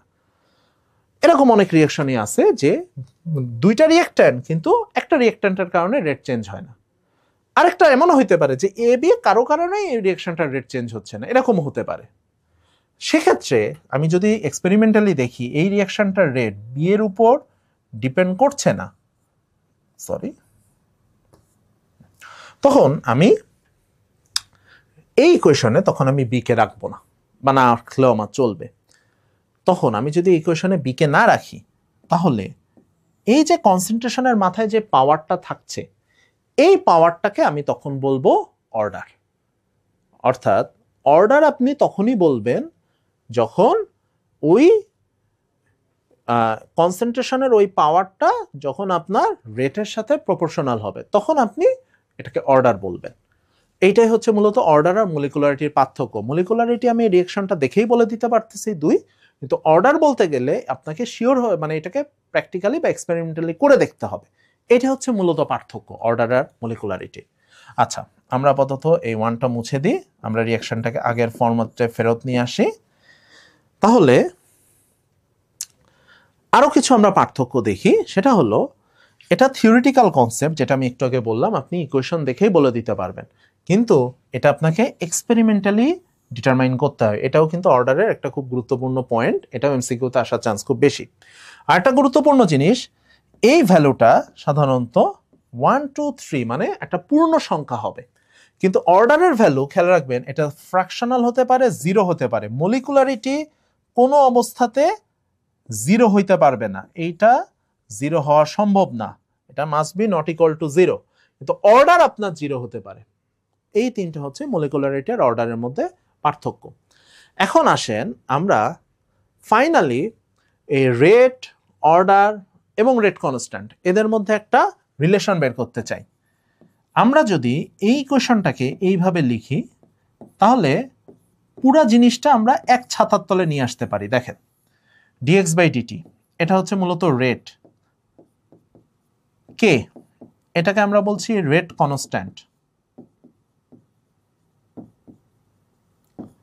সি মনে রাখবেন, এই টপিকের শুরুতে আমি বলেছিলাম সি থাকলে মনে রাখবেন সেটা কনসেন্ট্রেশন অফ রিঅ্যাক্ট্যান্ট, এক্স থাকলে মনে রাখবেন সেটা কনসেন্ট্রেশন অফ প্রোডাক্ট। তাহলে সিটা হচ্ছে কনসেন্ট্রেশন অফ রিঅ্যাক্ট্যান্ট, আর এই এনটা হচ্ছে এখন আমার অর্ডার। তাহলে এই রিলেশনটায় অর্ডার, রেট কনস্ট্যান্ট এবং রেট এটা সবার সাথে সম্পর্ক যেটা সেটা ডিটারমাইন করলাম। তাহলে আমরা যখন কোনো বিক্রিয়ার রেট অর রেট কনস্ট্যান্ট যেটাই বের করতে চাই, আমাদের এই ইকুয়েশনটাকে আমরা মাদার ইকুয়েশন হিসেবে ব্যবহার করতে পারি। তাহলে আমরা মনে হয় যে মলিকুলারিটি এবং অর্ডারের ডিফারেন্স এটা এখন ভালোভাবে বুঝেছি। এখন আমাদের যেটা করতে হবে সেটা হচ্ছে অর্ডার কত সেটার উপর বেস করে আমরা রিঅ্যাকশনকে বিভিন্ন ভাগে ভাগ করতে পারি। যেমন ফার্স্ট আছে আমাদের জিরো অর্ডার রিঅ্যাকশন, তার মানে আমরা বুঝতে পারছি এখানে এন এর ভ্যালু হচ্ছে জিরো, ঠিক আছে? এন এর ভ্যালু জিরো কখন হয়? আসেন আমরা একটা প্র্যাকটিক্যাল এক্সাম্পল দেখি। আমি একটা রিঅ্যাকশন লিখছি, দেখেন hydrogen plus chlorine equal to 2HCl। এই রিঅ্যাকশনটার সবচেয়ে ইন্টারেস্টিং বিষয় কি জানেন? আপনি হাইড্রোজেনের পরিমাণ বাড়ান, ক্লোরিনের পরিমাণ কমান, যতই যা করেন এই রিঅ্যাকশনটা একটা নির্দিষ্ট স্পিডে সামনে চলতে থাকবে, ঠিক আছে? রেট মানেটা কি? ফিজিক্সে আমরা যেটা পড়ি ভেলোসিটি, কেমিস্ট্রির জন্য সেটাই রেট। ফিজিক্সে আমরা dx by dt equal to v লিখি, ওইখানে dx থাকে আমার সরণের বা দূরত্বের পরিবর্তন। কেমিস্ট্রিতে এখানে এসে আমরা dx by dt equal to r লিখছি, আর বুঝাচ্ছি রেট, আর dxটা বুঝাচ্ছি আমি এখানে ঘনমাত্রার পরিবর্তন। জিনিস কিন্তু একই বলা যায়, তাই না? তো এই রিঅ্যাকশনে আমরা যেটা দেখি যে এই রিঅ্যাকশনের রেট বা স্পিড সেটা মূলত ডিপেন্ড করে এই যে H new, that means Sunlight, এই সানলাইটের ইন্টেন্সিটির উপর। সানলাইটের ইন্টেন্সিটি চেঞ্জ করলে রিঅ্যাকশনের রেট চেঞ্জ হতে পারে, কিন্তু রিঅ্যাক্ট্যান্টের কনসেন্ট্রেশন চেঞ্জ করে আপনি রিঅ্যাকশনের রেটকে চেঞ্জ করতে পারবেন না। তাহলে যে রিঅ্যাকশন কোনো রিঅ্যাক্ট্যান্টের কনসেন্ট্রেশনের উপরেই ডিপেন্ড করছে না, রিঅ্যাকশনের রেট সরি, তাহলে তার অর্ডার কত হবে? জিরো। তাহলে একটু আগে আমরা একটা ইকুয়েশন লিখছি, দেখেন dx বাই dt, খেয়াল করেন একটু আগে আমরা যে ইকুয়েশনটা লিখছি মাদার ইকুয়েশন ছিল কি আমাদের? dx by dt equal to k into c to the power n। n এর ভ্যালু যদি 0 হয় তাহলে c টু দি পাওয়ার 0 হয়ে যাচ্ছে 1। তাহলে এক্ষেত্রে আমরা dx by dt equal to লিখতে পারি k, এটাকে যদি আমি ড্রাইভ করি তাহলে ফাইনালি আমরা পাবো x ইকুয়াল টু kt। মাথায় রাখেন x কনসেন্ট্রেশন অফ প্রোডাক্ট, যদি কোথাও c ব্যবহার করতাম তাহলে সেটা বুঝতো কনসেন্ট্রেশন অফ রিঅ্যাক্ট্যান্ট। এই জায়গাটা এই দুইটা সাইন বা সিম্বল আমরা একটু খেয়াল রাখবো। তাহলে কেটা দাঁড়াচ্ছে আমার জিরো অর্ডার রিঅ্যাকশনের রেট কনস্ট্যান্ট, ঠিক আছে? আপনি চাইলে এখান থেকে একটা ইজিলি গ্রাফও ড্র করতে পারেন যে ওয়াই অ্যাক্সিস বরাবর যদি আমি প্রোডাক্টের কনসেন্ট্রেশন বসাই, এক্স অ্যাক্সিস বরাবর যদি আমি টাইম বসাই, তাহলে আমি একটা মূলবিন্দুগামী straight line going through the origin, এটা মূলবিন্দুগামী সরলরেখা পাবো। জিরো অর্ডার রিঅ্যাকশন আমার খুব ইজি জিনিস, এখান থেকে আমার তেমন কোনো জটিলতা হওয়ার সুযোগ সাধারণত থাকে না। মূলত আমরা ফার্স্ট অর্ডার রিঅ্যাকশনটা একটু ডিটেলস বুঝি। আমি একটা রিঅ্যাকশন লিখলাম a equal to product, p for product. Initially যখন t ইকুয়াল টু 0 তখন এটার কনসেন্ট্রেশন মনে করেন a, এটা 0, একটা নির্দিষ্ট টাইম পর এটার কনসেন্ট্রেশন মনে করেন a মাইনাস এক্স, এটা x। তাহলে আমরা একটু আগে কি শিখছি দেখেন, dx by dt equal to k into c to the power n, এটা ছিল আমার মাদার সমীকরণ। যেহেতু ফার্স্ট অর্ডার তার মানে আমি বলতে পারি আমার এখানে n এর ভ্যালু 1। সিটা কি ছিল? সেটা ছিল concentration of reactant, that means আমার অ্যাট টাইম t রিঅ্যাক্ট্যান্টের কনসেন্ট্রেশন যেটা, সেটাই হচ্ছে মূলত আমার এখানে c বোঝাচ্ছে। তাহলে আমি c আর n এই দুইটাকে সরায় n এর জায়গায় আমি 1 বসাতে পারি, c এর জায়গায় আমি a মাইনাস এক্স বসাতে পারি। ইকুয়েশনটা যদি আমি ড্রাইভ করি তাহলে ফাইনালি আমি পাবো, আচ্ছা আপনাদের ডিরাইভেশনগুলো আমি দেখাচ্ছি না এই কারণে যেহেতু আপনাদের রিটেন এক্সাম না, ডিরাইভেশনটা আপনারা নিজেরা একটু দেখে নিতে পারেন, এটা আমি দেখা আসলে ক্লাসের সময়টা নষ্ট করতে চাচ্ছি না। তাহলে এটাকে যদি আমি ড্রাইভ করি তাহলে ফাইনালি এরকম একটা রিলেশন পাবো। কোনটাকে ডিটারমাইন করছে? কে রেট কনস্ট্যান্ট, টি টাইম, এ ইনিশিয়ালি রিঅ্যাক্ট্যান্টের কনসেন্ট্রেশন, এক্স একটা নির্দিষ্ট টাইম পর বা এই টি টাইমে প্রোডাক্টের কনসেন্ট্রেশন। এখান থেকে এখন মনে করেন আমরা একটা গ্রাফ ড্র করতে চাই। গ্রাফটা কেমন হবে? আমি ওয়াই অ্যাক্সিস বরাবর নিলাম loan A minus x, x Axis বরাবর নিলাম টি। তাহলে আমরা এই ইকুয়েশনটাকে একটু ভেঙে লিখি, দেখেন তো এভাবে লেখা যায় কিনা। Ln A minus X equal to minus KT plus ln A. তাহলে এটাকে যদি আমি y equal to M X plus C এই ফরম্যাটে সাজাই, তাহলে আমরা একটা স্ট্রেট লাইন পাবো যার স্লোপ হচ্ছে মাইনাস কে। এই গ্রাফটা আরো অনেকভাবে আসতে পারে, হ্যাঁ, গ্রাফটা বহুভাবেই আসতে পারে। আপনি মাদার ইকুয়েশনটা ঠিক রেখে আমরা গ্রাফ যেভাবে বের করি বা গ্রাফ আঁকার যে রুলগুলো সেটা ফলো করলে আমি যে কোনো গ্রাফ দিলে আপনাদের এটা পারতে সমস্যা হবে না। জাস্ট আপনারা মাদার ইকুয়েশনটা মাথায় রাখবেন। তাহলে মূলত আমার ফার্স্ট অর্ডার রিয়াকশনটা কি দাঁড়ালো? এখানে আমার এই রিয়াকশনের রেটটা ডিপেন্ড করবে একটা রিয়াক্ট্যান্টের কনসেন্ট্রেশনের উপর। মানে রিয়াকশনে অনেকগুলো রিয়াক্ট্যান্ট থাকতে পারে কিন্তু রেট ডিপেন্ড করবে মাত্র একটার উপর। এটাই মূলত first order reaction. Last second order reaction. আপনাদের একটা জিনিস বলি, এই যে অর্ডার, এই অর্ডারের ভ্যালু হাইয়েস্ট হইতে পারে 3, এটা 3-এর থেকে কখনো বড় হইতে পারবে না। সো আমাদের অর্ডার সাধারণত আমরা 4টা হওয়ার কথা, 0, 1, 2, 3। তো থার্ড অর্ডার রিয়াকশনটা আমাদের কোথাও সাধারণত আলোচনায় আসে না, খুব রেয়ার কেস। আমরা ফার্স্ট অর্ডার, সেকেন্ড অর্ডার এবং জিরো অর্ডার এই 3টা অর্ডার নিয়ে মাথা ঘামাই। সেকেন্ড অর্ডার রিয়াকশনের ক্ষেত্রে আমরা রিয়াকশনটাকে এভাবে চিন্তা করতে পারি, দেখেন আমার এখানে রিয়াক্ট্যান্ট একটাই হলো, সমস্যা নেই, কিন্তু এটার কোএফিশিয়েন্ট হতে হবে 2, বা আপনি এখানে 2 রিয়াক্ট্যান্ট দিয়েও কাজ চালাইতে পারেন। ঠিক আছে, এখানে 2 রিয়াক্ট্যান্ট দিলেও এই ইকুয়েশন বা এই কন্ডিশন ফুলফিল হবে। 2 রিয়াক্ট্যান্ট কিন্তু প্রত্যেকের কোএফিশিয়েন্ট হবে 1, এটা হলো আমার ইকুয়েশন ফুলফিল হবে। আমি আপাতত একটা রিয়াক্ট্যান্ট দিয়ে দেখি। তাহলে আবার আগের মতো ইনিশিয়ালি টি যখন 0, এটা মনে করেন এ, এটা 0, টি ইকুয়াল টু টি হলে এটা মনে করেন এ মাইনাস এক্স, এটা এক্স। তাহলে এই ক্ষেত্রে আমার dx by dt equal to আমি k ইন্টু লিখতে পারি এ মাইনাস এক্স। খেয়াল করেন এখানে স্কোয়ার, যেহেতু আমার n এর ভ্যালু 2, তাহলে আমার এখানে জাস্ট চেঞ্জটা হচ্ছে, এখানে আমার পাওয়ারে জাস্ট 2 বসাতে হবে। আমি যদি এটাকে ফাইনালি ডিরাইভ করি তাহলে আমি এরকম একটা রিলেশন পাবো যে ফাইনালি আমার এরকম একটা আসে। আমি চাইলে এটাকে এভাবেও লিখতে পারি যে kt equal to X divided by A into A minus X. Finally আমি সেকেন্ড অর্ডারের জন্য এই ফর্মুলাটা মনে রাখতে পারি। ঠিক আছে, তাহলে দেখেন আমরা 3টা ফর্মুলা পেলাম। এটা হচ্ছে ফার্স্ট অর্ডারের জন্য, এটা হচ্ছে জিরো অর্ডারের জন্য, ফর্মুলাগুলো আপনাদের সুবিধার জন্য বক্স করে দিলাম। এটা হচ্ছে সেকেন্ড অর্ডারের জন্য। 3 অর্ডারে 3টা ফর্মুলা আপনারা মনে রাখবেন।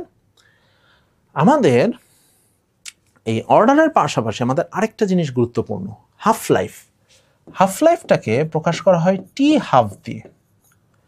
যদি জিরো অর্ডার হয় তাহলে জিরো অর্ডারের ক্ষেত্রে আমার হাফ লাইফের ইকুয়েশনটা এরকম। তার আগে আপনাদের হাফ লাইফের জিনিসটা বলে নিই।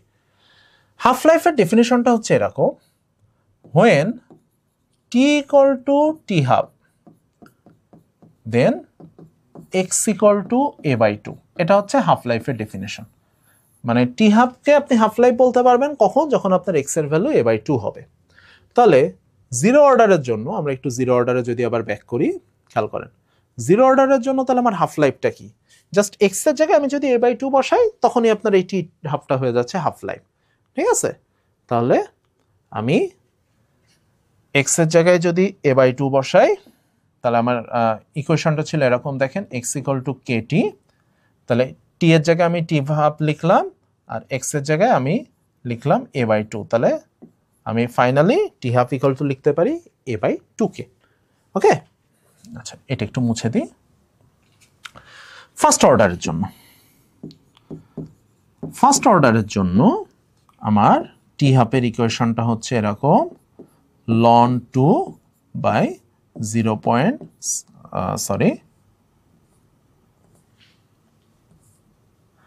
ln 2 by k। সেকেন্ড অর্ডারের জন্য আমার টি হাফের ইকুয়েশনটা হচ্ছে 1/Ka। এটা হচ্ছে আমার তিনটা অর্ডারের জন্য তিনটা টি হাফের রিলেশন। হ্যাঁ,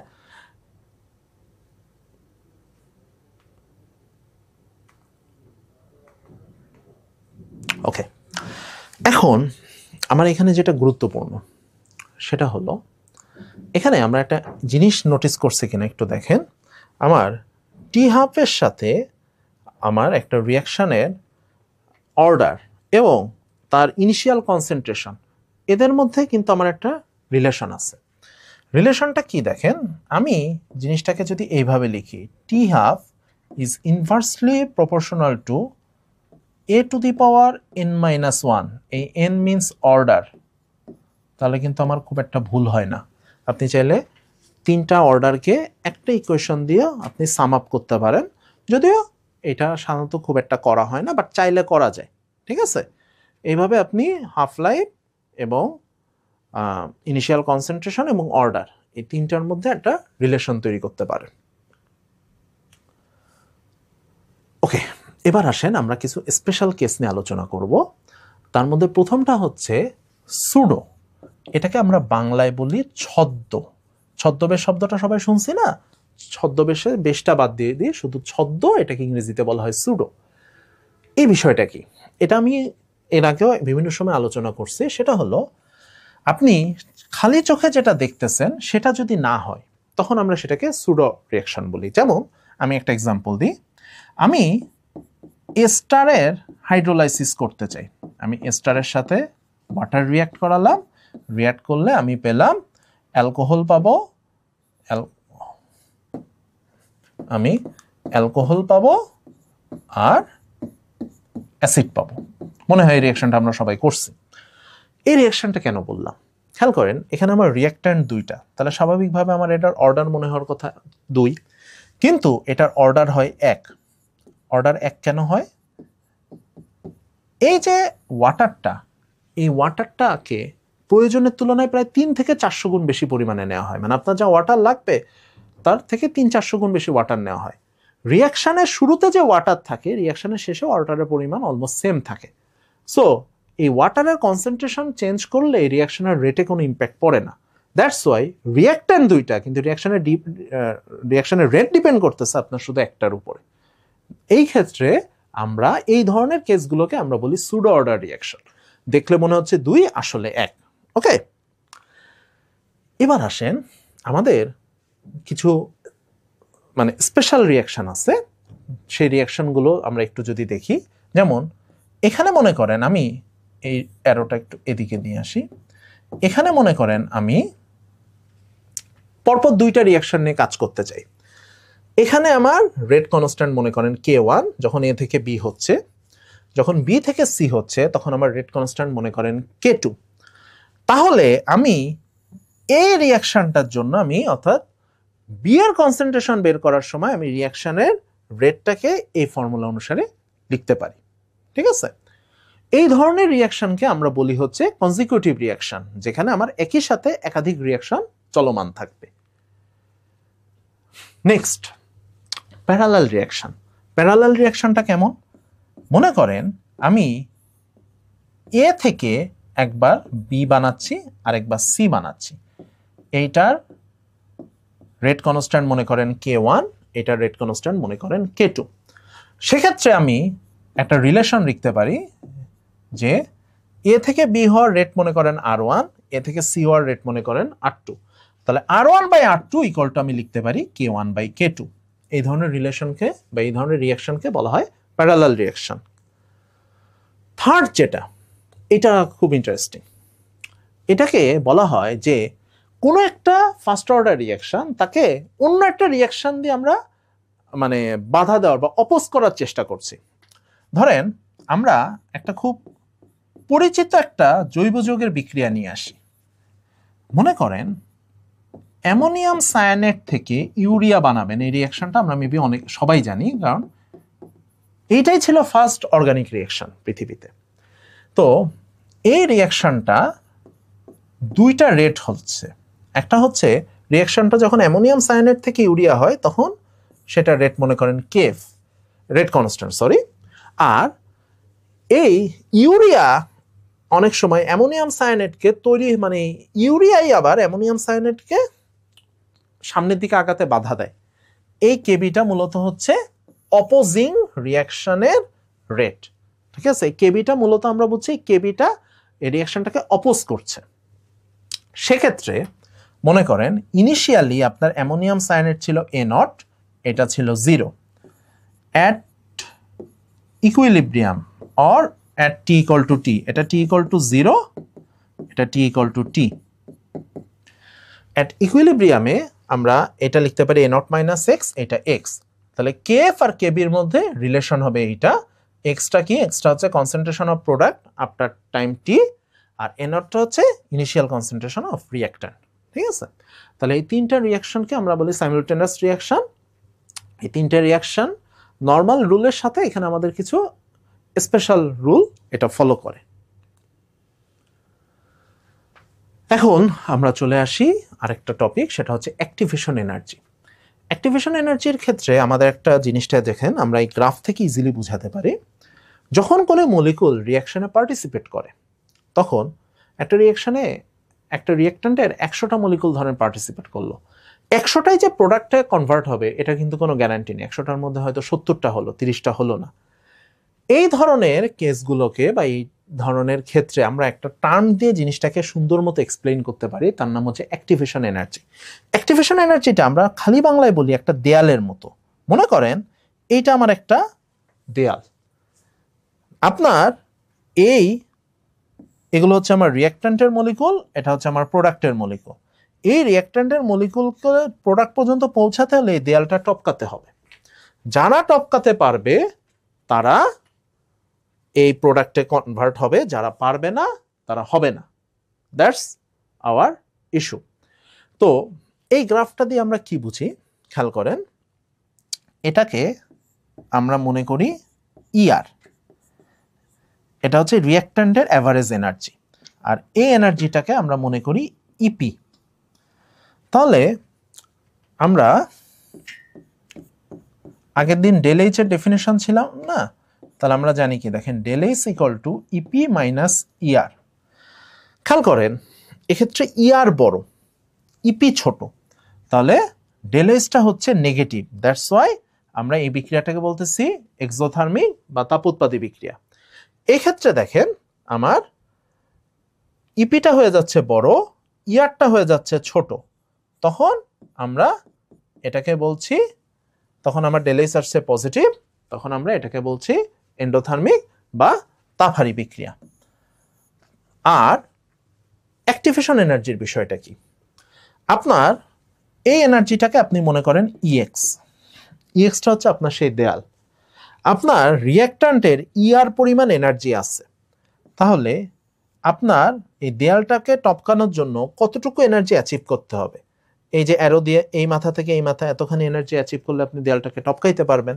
তাহলে অ্যাক্টিভেশন এনার্জি ইকুয়াল টু আমরা বলতে পারি ইএক্স মাইনাস ইআর, অর্থাৎ যতখানি এনার্জি অ্যাচিভ করলে আপনি প্রোডাক্টে পরিণত হতে পারবেন ওই এনার্জিটাকে আমরা বলছি অ্যাক্টিভেশন এনার্জি। এখন আসেন অ্যাক্টিভেশন এনার্জির সাথে রেট কনস্ট্যান্টের একটা রিলেশন আছে।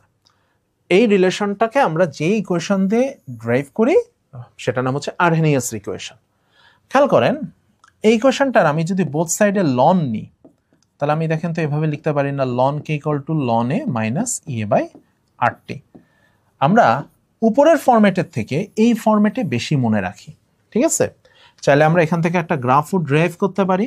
আমি ওয়াই অ্যাক্সিস বরাবর নিলাম লন কে, এক্স অ্যাক্সিস বরাবর নিলাম 1/t, তাহলে আমার একটা স্ট্রেট লাইন হবে যার স্লোপ বা ঢাল হচ্ছে মাইনাস ইএ বাই আর, ঠিক আছে? তাহলে এটা হচ্ছে অ্যাক্টিভেশন এনার্জির সাথে রেট কনস্ট্যান্টের রিলেশন। ওকে, এখন চলে আসি আমরা ক্যাটালিস্টে। আমরা ক্যাটালিস্ট টার্মটার সাথে সবাই পরিচিত। ক্যাটালিস্ট হচ্ছে একটা রিঅ্যাকশনের স্পিড বাড়াতে বা কমাতে সাহায্য করে। আপনাদের এখান থেকে মূলত যেটা পড়তে হবে, এই যে আমরা ক্যাটালিস্টের যে ক্লাসিফিকেশনটা দিছি, আপনারা মূলত এখান থেকে এক্সাম্পলগুলো দেখবেন। এটা আপনাদের টেক্সট বুক বা যে কোনো রিলেভেন্ট সাইট থেকে আপনার এক্সাম্পলগুলো দেখবেন, এখান থেকে এক্সাম্পল ক্যাটালিস্টের বিভিন্ন ধরনের যে ক্যাটালিস্ট আছে তার এক্সাম্পল আসার চান্স খুব বেশি। ঠিক আছে, তাহলে মূলত এই স্লাইড থেকে আপনারা নিজেরা একটু ঘাটাঘাটি করে এক্সাম্পলগুলো বের করবেন। নেক্সট চলে আসি, ক্যাটালিস্টের সাথে অ্যাক্টিভেশন এনার্জির কিন্তু একটা রিলেশন আছে। মনে করেন এটা ক্যাটালিস্ট ইউজ করার আগের অ্যাক্টিভেশন এনার্জি, একটু আগে আমরা যেটা ইএক্স বলেছি, হ্যাঁ, আর এটা হচ্ছে ক্যাটালিস্ট ইউজ করার পরের অ্যাক্টিভেশন এনার্জি। জিনিসটাকে আপনি এইভাবে চিন্তা করেন, আপনি একটা দেয়াল টপকাবেন, দেয়াল টপকানোর দুইটা ওয়ে আছে, এক মই ব্যবহার করেন। এখন মনে করেন মই ব্যবহার করা কোনো কারণে যাচ্ছে না, তখন একজন চিন্তা করলো কি, সে দেয়ালটারই কেটে ছোট করে ফেললো, তখন তার হাইটের সাথে দেয়ালের হাইট ম্যাচ করলো, তখন সে দেয়াল টপকাতে পারলো। ক্যাটালিস্টের কাজটা অনেকটা ওই রকম। যখন এটা মূলত পজিটিভ ক্যাটালিস্টের জন্য, হ্যাঁ, যখন পজিটিভ ক্যাটালিস্ট ইউজ করি, ক্যাটালিস্ট মূলত কি করে, এই দেয়ালটাকে কেটে ছোট করে ফেলে, অর্থাৎ অ্যাক্টিভেশন এনার্জি মানটাকে নিচে নামায় দেয়। তখন চিন্তা করেন যে মলিকুলগুলো আগে এই দেয়ালটাকে টপকাতে পারছিল না, যারা এই লেভেলে অবস্থান করছিল, তারা ইজিলি দেয়ালটাকে টপকাতে পারে, অর্থাৎ ইজিলি তারা অ্যাক্টিভেশন এনার্জি অ্যাচিভ করলো, প্রোডাক্টে পরিণত হলো, তাহলে আমার রিয়াকশনের রেট বেড়ে গেল। এইভাবে মূলত ক্যাটালিস্ট, আপনার একটা পজিটিভ ক্যাটালিস্ট, এইভাবে মূলত আপনার একটা রিয়াকশনের রেট বাড়ায়। এখন চিন্তা করেন এটা যদি পজিটিভ ক্যাটালিস্ট না হয় নেগেটিভ ক্যাটালিস্ট হতো, তাহলে কি হতো, এই গ্রাফটা তখন উপরের দিকে চলে যেত। ঠিক আছে, অর্থাৎ তখন আরো অনেকগুলো মলিকুল তখন আর প্রোডাক্টে কনভার্ট হতে পারতো না, অর্থাৎ তখন সেই রিয়াকশনের রেটটাকে কমায় দিত। তাহলে আসেন আমরা এবার একটা ইন্টারেস্টিং জিনিস শিখব, সেটা হলো আমরা রেট কনস্ট্যান্টের ইউনিট দেখে কিভাবে আমরা একটা রিয়াকশন কোন অর্ডার সেটা বের করতে পারি। আপনাদের আগে আমি একটা কথা বলছি, সেটা হলো একটা রিয়াকশনের অর্ডার কি হবে এটা রিয়াকশন দেখে কখনো বলা পসিবল না। তাহলে কখন আমি বলতে পারি যে একটা রিয়াকশনের অর্ডার কি হবে, এটা আমি নিশ্চিত হব কি করে? হওয়ার একটাই ওয়ে আছে, সেটা হচ্ছে ইউনিট অফ কে। কে এর ইউনিট মনে করেন মোল পার লিটার পার সেকেন্ড, তখন এটার অর্ডার হয় 0। কে এর ইউনিট যখন শুধু পার সেকেন্ড, এটা পার সেকেন্ড না বলে আপনি পার টাইম বলতে পারেন, মানে পার সেকেন্ড, পার মিনিট, পার ইয়ার, তখন এটার অর্ডার হচ্ছে 1। আর এটার ইউনিট যদি লিটার পার মোল পার সেকেন্ড হয়, তখন ওই রিয়াকশনটার অর্ডার হচ্ছে 2। তাহলে একটা রিয়াকশনের অর্ডারের সাথে তার রেট কনস্ট্যান্টের একটা রিলেশন আছে, রেট কনস্ট্যান্টের ইউনিটের একটা রিলেশন আছে। তাহলে এখন আমাকে বলা হচ্ছে যে একটা সেকেন্ড অর্ডার রিয়াকশন, তার রেট কনস্ট্যান্টের ইউনিটটা কি হবে? তাহলে দেখেন আমার রেট কনস্ট্যান্টের ইউনিট হবে লিটার পার মোল পার সেকেন্ড। এখানে এই জিনিসটাকে একটু উল্টায় লেখা হয়েছে, যাই হোক, তাহলে আমরা এই ইউনিট দেখে বুঝতে পারছি যে এটা সেকেন্ড অর্ডার রিয়াকশন। সাধারণত এটা উল্টায় আসার চান্স বেশি, অর্থাৎ আপনাকে ইউনিটটা দিয়ে দেবে, আপনাকে অ্যাজুম করতে হবে যে এটা কোন অর্ডার রিয়াকশন।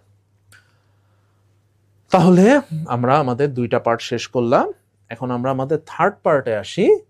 এই পার্টটা মূলত পিএইচ নিয়ে আমরা আলোচনা করব। তো পিএইচ এর এই রিলেশন আমরা মেবি সবাই জানি যে এই স্কেলটাকে আমরা পিএইচ স্কেল নামে চিনি। এখানে 0 থেকে 7 এর মধ্যে থাকলে অ্যাসিড, আর 7 থেকে 14 এর মধ্যে থাকলে বেস। গুরুত্বপূর্ণ যেটা, অ্যাসিডের ক্ষেত্রে আমার পিএইচ যত বাড়বে অ্যাসিড তত উইক হবে, আর বেসের ক্ষেত্রে পিএইচ যত কমবে বেস তত উইক হবে।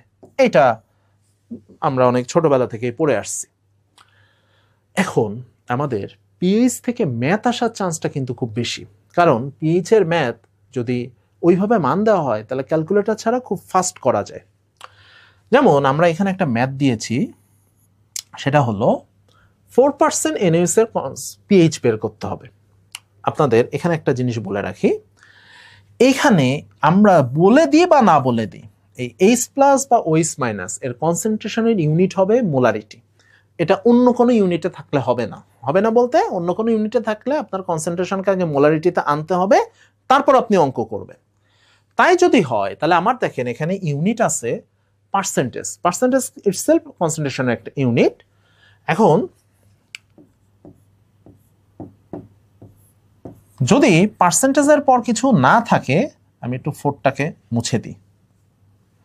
যদি পার্সেন্টেজের পর কিছু না থাকে তাহলে এটা সাধারণত আমরা percentage of W by V ধরে নিই।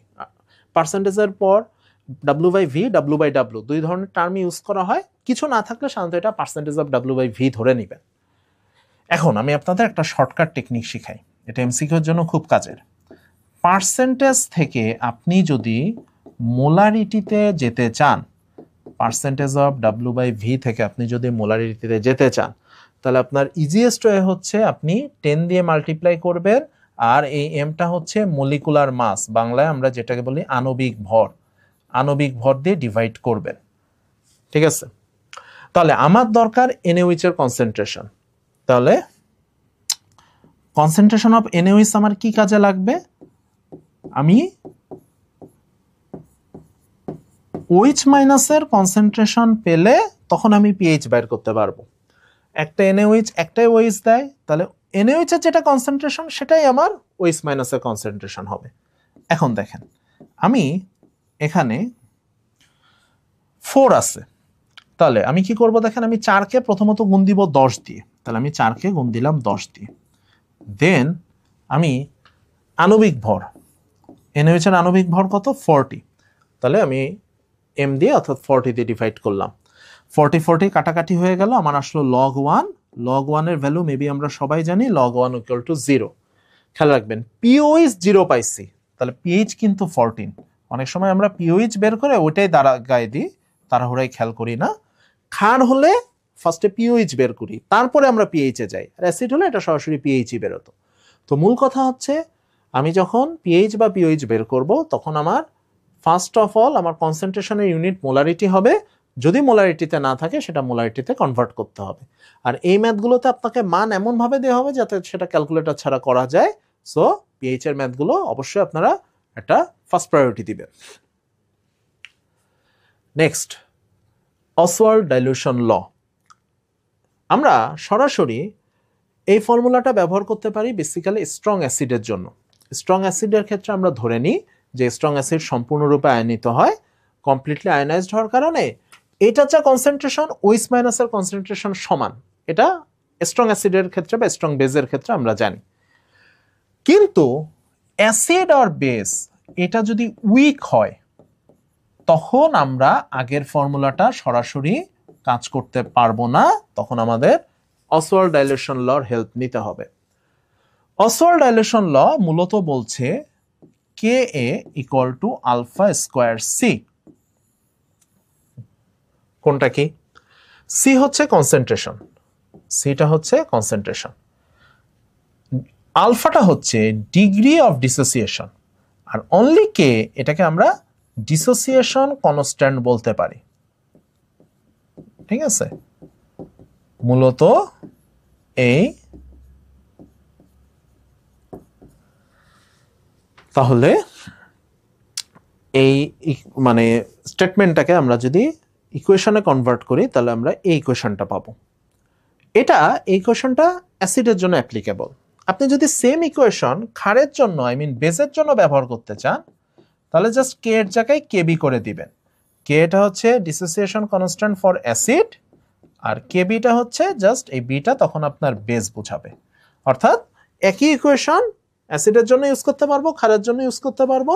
অ্যাসিডের জন্য ইউজ করলে সিম্বলটা কে ইউজ করব, ক্ষারের জন্য ইউজ করলে আমি সিম্বলটা কেবি ইউজ করব। এখন এটা ম্যাথ করে বোঝা যাক। খেয়াল করেন আমার পিএইচ বের করতে বলছে। পিএইচ বের করার জন্য আমার ফর্মুলাটা হচ্ছে minus log of H plus.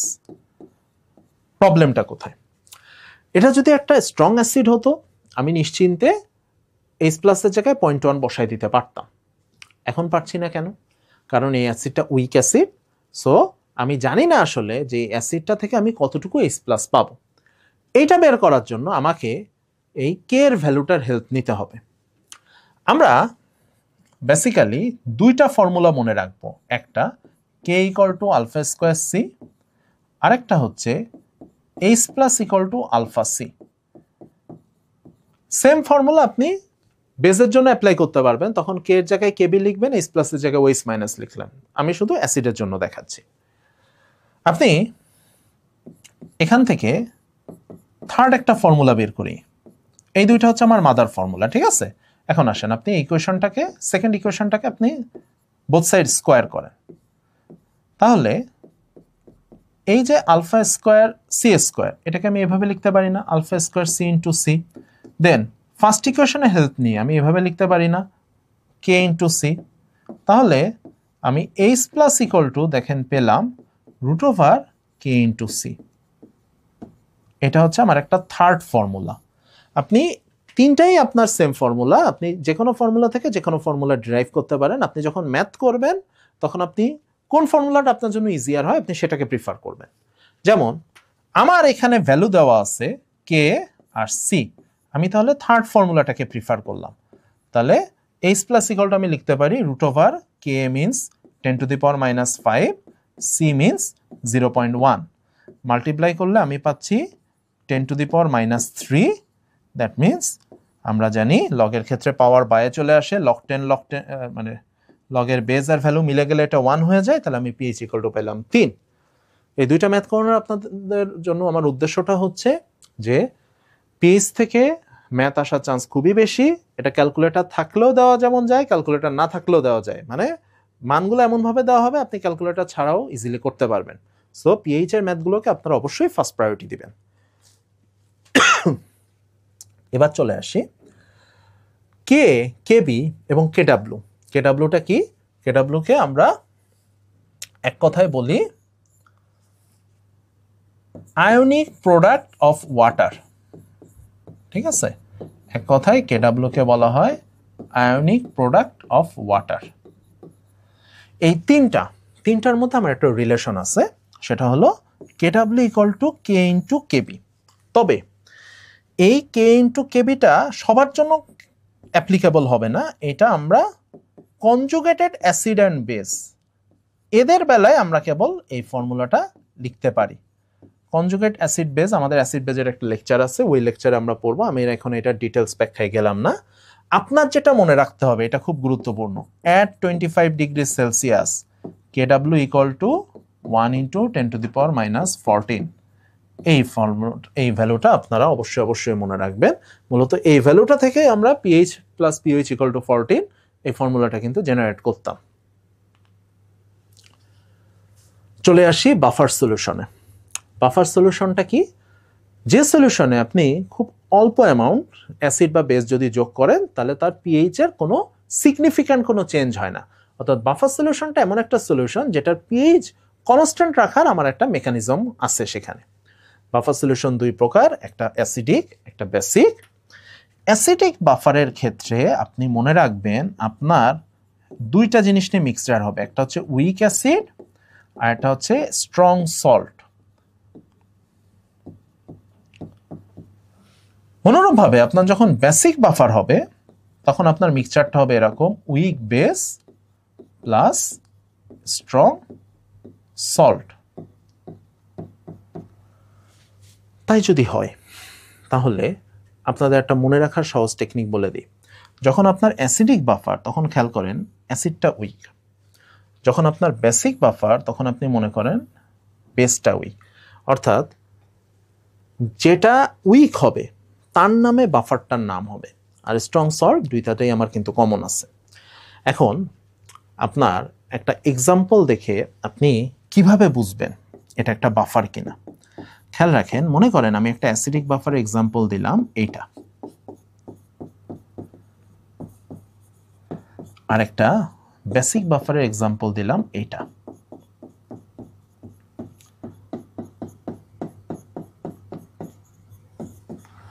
এখন একটা মিক্সচার দেখে সেটা বাফার কিনা সেটা বোঝার সব থেকে ইজিয়েস্ট ওয়েটা হচ্ছে দুইটা জিনিস আপনি খেয়াল করবেন। এখানে যারা থাকবে সবাইকে অবশ্যই ইলেকট্রোলাইট হইতে হবে, কোনো গ্যাস হলে হবে না এখানে, যারা বা কোনো সলিড হতে পারবে না। এখানে যারা থাকবে সবাই ইলেকট্রোলাইট এবং তাদের আমরা অ্যাকোয়াস সলিউশন নিব, নাম্বার 1। নাম্বার 2, যেটা মোস্ট ইম্পর্টেন্ট, বাফারে অবশ্যই কমন আয়ন ইফেক্ট এটা প্রেজেন্ট থাকতে হয়। কমন আয়ন ইফেক্ট ছাড়া কোনো বাফার সলিউশন হতে পারবে না। খেয়াল করেন এখানে আমার কমন আয়ন হচ্ছে এটা, এখানে আমার কমন আয়ন হচ্ছে এটা, তাহলে একটা এক্সাম্পল দেখে আপনি বাফার আইডেন্টিফাই করবেন কিভাবে? মূলত আপনি চেক করবেন যে এখানে একটা উইক, একটা অ্যাসিড, একটা লবণ, বা একটা বেস, একটা লবণ, অর্থাৎ দুইটার মধ্যে একটা লবণ হবে, অন্যটা অ্যাসিড হবে। এটা একটা জিনিস, অ্যাসিড বা বেস হবে। দ্বিতীয় জিনিসটা হচ্ছে অবশ্যই এই মিক্সচারটার মধ্যে একটা আয়ন কমন থাকতে হবে, তখন আমরা এটাকে বাফার বলতে পারি।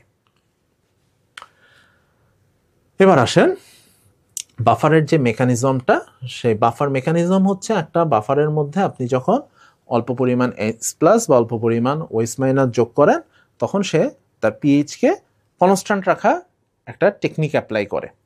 এই টেকনিকটা মূলত দুইটা জিনিসের উপরে ডিপেন্ড করে। একটা আমরা একটু আগে আলোচনা করছি, সেটা হচ্ছে common ion effect. Common ion ইফেক্টের কারণে হয়। আরেকটা হচ্ছে বাংলায় আমরা যেটাকে বলি লা শাতেলিয়ন নীতি।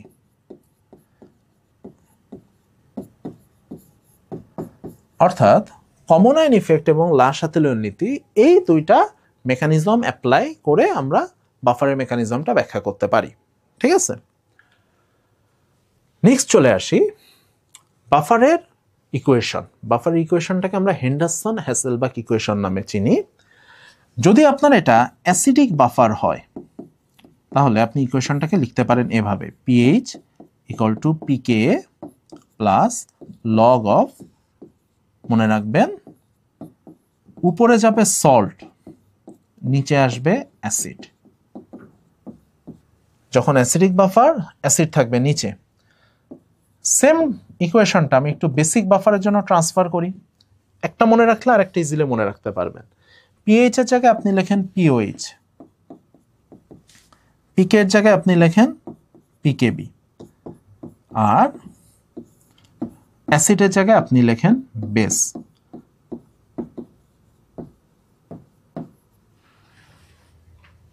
এখন সচরাচর আমাদের এখান থেকে আমরা যে ম্যাথগুলো নর্মালি এইচএসসি লেভেলে বা অনার্স লেভেলে হয়তো কিছু ম্যাথ করেছি, এখানে এই ম্যাথগুলো আসলে এমসিকিউতে দেওয়ার জন্য ঠিক অ্যাপ্রোপ্রিয়েট ম্যাথ না, এটা রিটেনের জন্য খুব ইম্পর্ট্যান্ট। তো আপনারা জাস্ট হেন্ডারসন-হ্যাসেলবাখ ইকুয়েশনটা মনে রাখবেন। ইকুয়েশনটা মনে থাকলে ইকুয়েশন রিলেটেড আপনার যে কোনো, যদি কোনো কিছু জানতে চাওয়া হয়, আপনি জাস্ট ইকুয়েশনটা মনে রাখলে আমার মনে ইজিলি আপনি এটা অ্যান্সার করতে পারবেন। এখন আমরা চলে আসি এই ছকটাতে।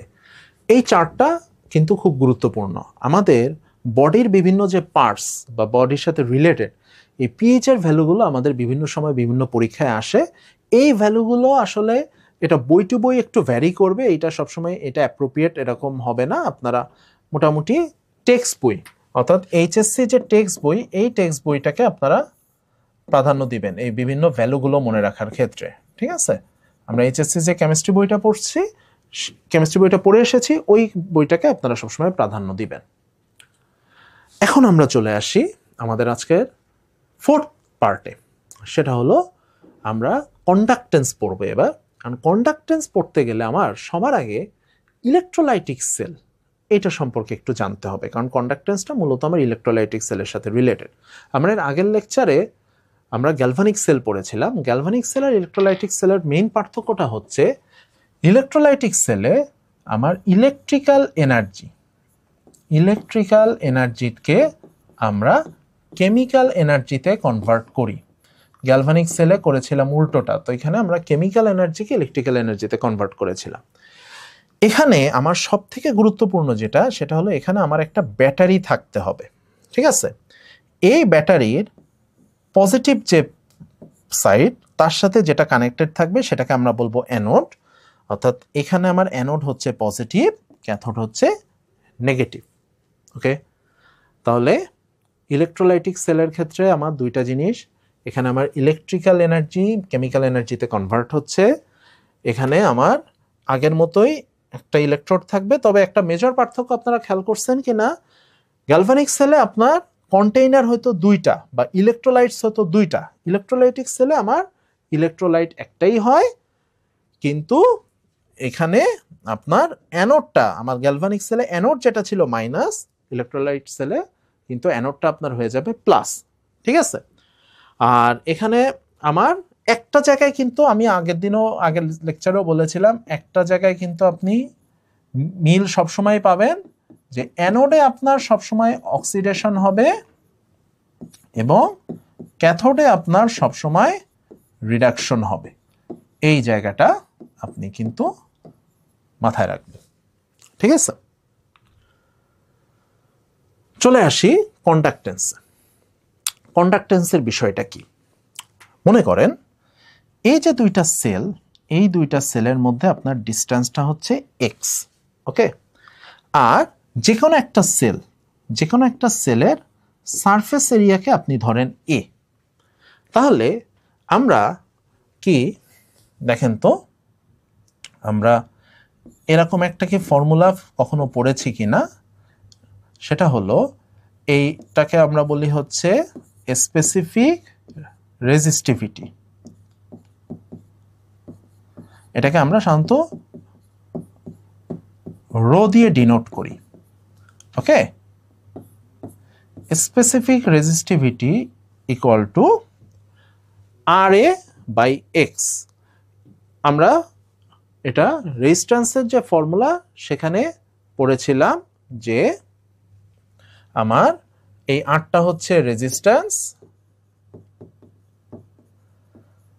আচ্ছা এটাকে আমরা এখানে সাধারণত ছোট হাতের লিখি, এটা হচ্ছে আমার সারফেস এরিয়া, বাংলায় আমরা যেটাকে বলি প্রস্থচ্ছেদের ক্ষেত্রফল।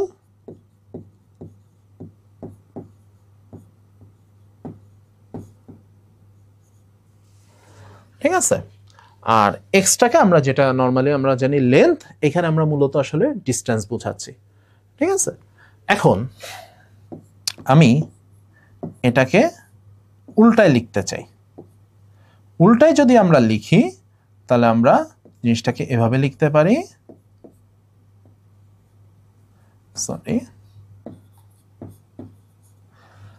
উল্টায় যদি আমরা লিখি তাহলে আমরা জিনিসটাকে এভাবে লিখতে পারি 1/ρ = 1/r × x/a। এই 1/ρ সবসময় মনে রাখবেন, রেজিস্টিভিটির উল্টাটা হচ্ছে কন্ডাক্টিভিটি, ঠিক আছে? তাহলে এটা যদি আপনার স্পেসিফিক রেজিস্টিভিটি হয়, এটা হচ্ছে আপনার স্পেসিফিক কন্ডাক্ট্যান্স।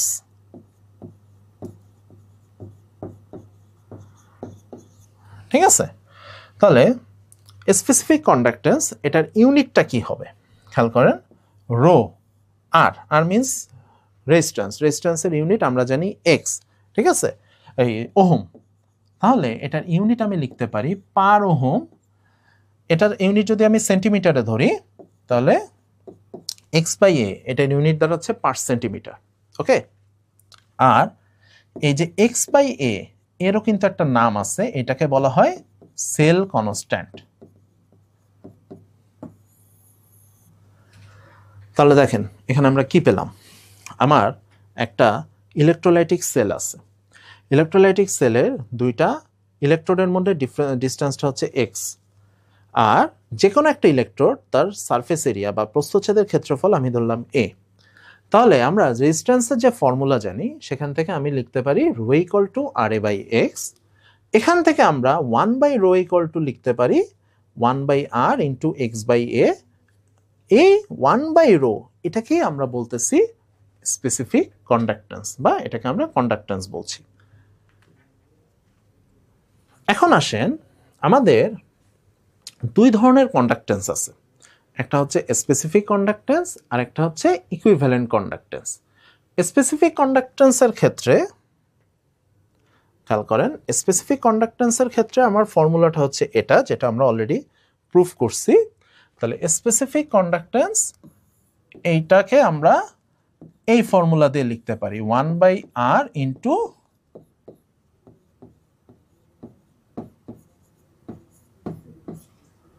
সেল কনস্ট্যান্ট, ঠিক আছে?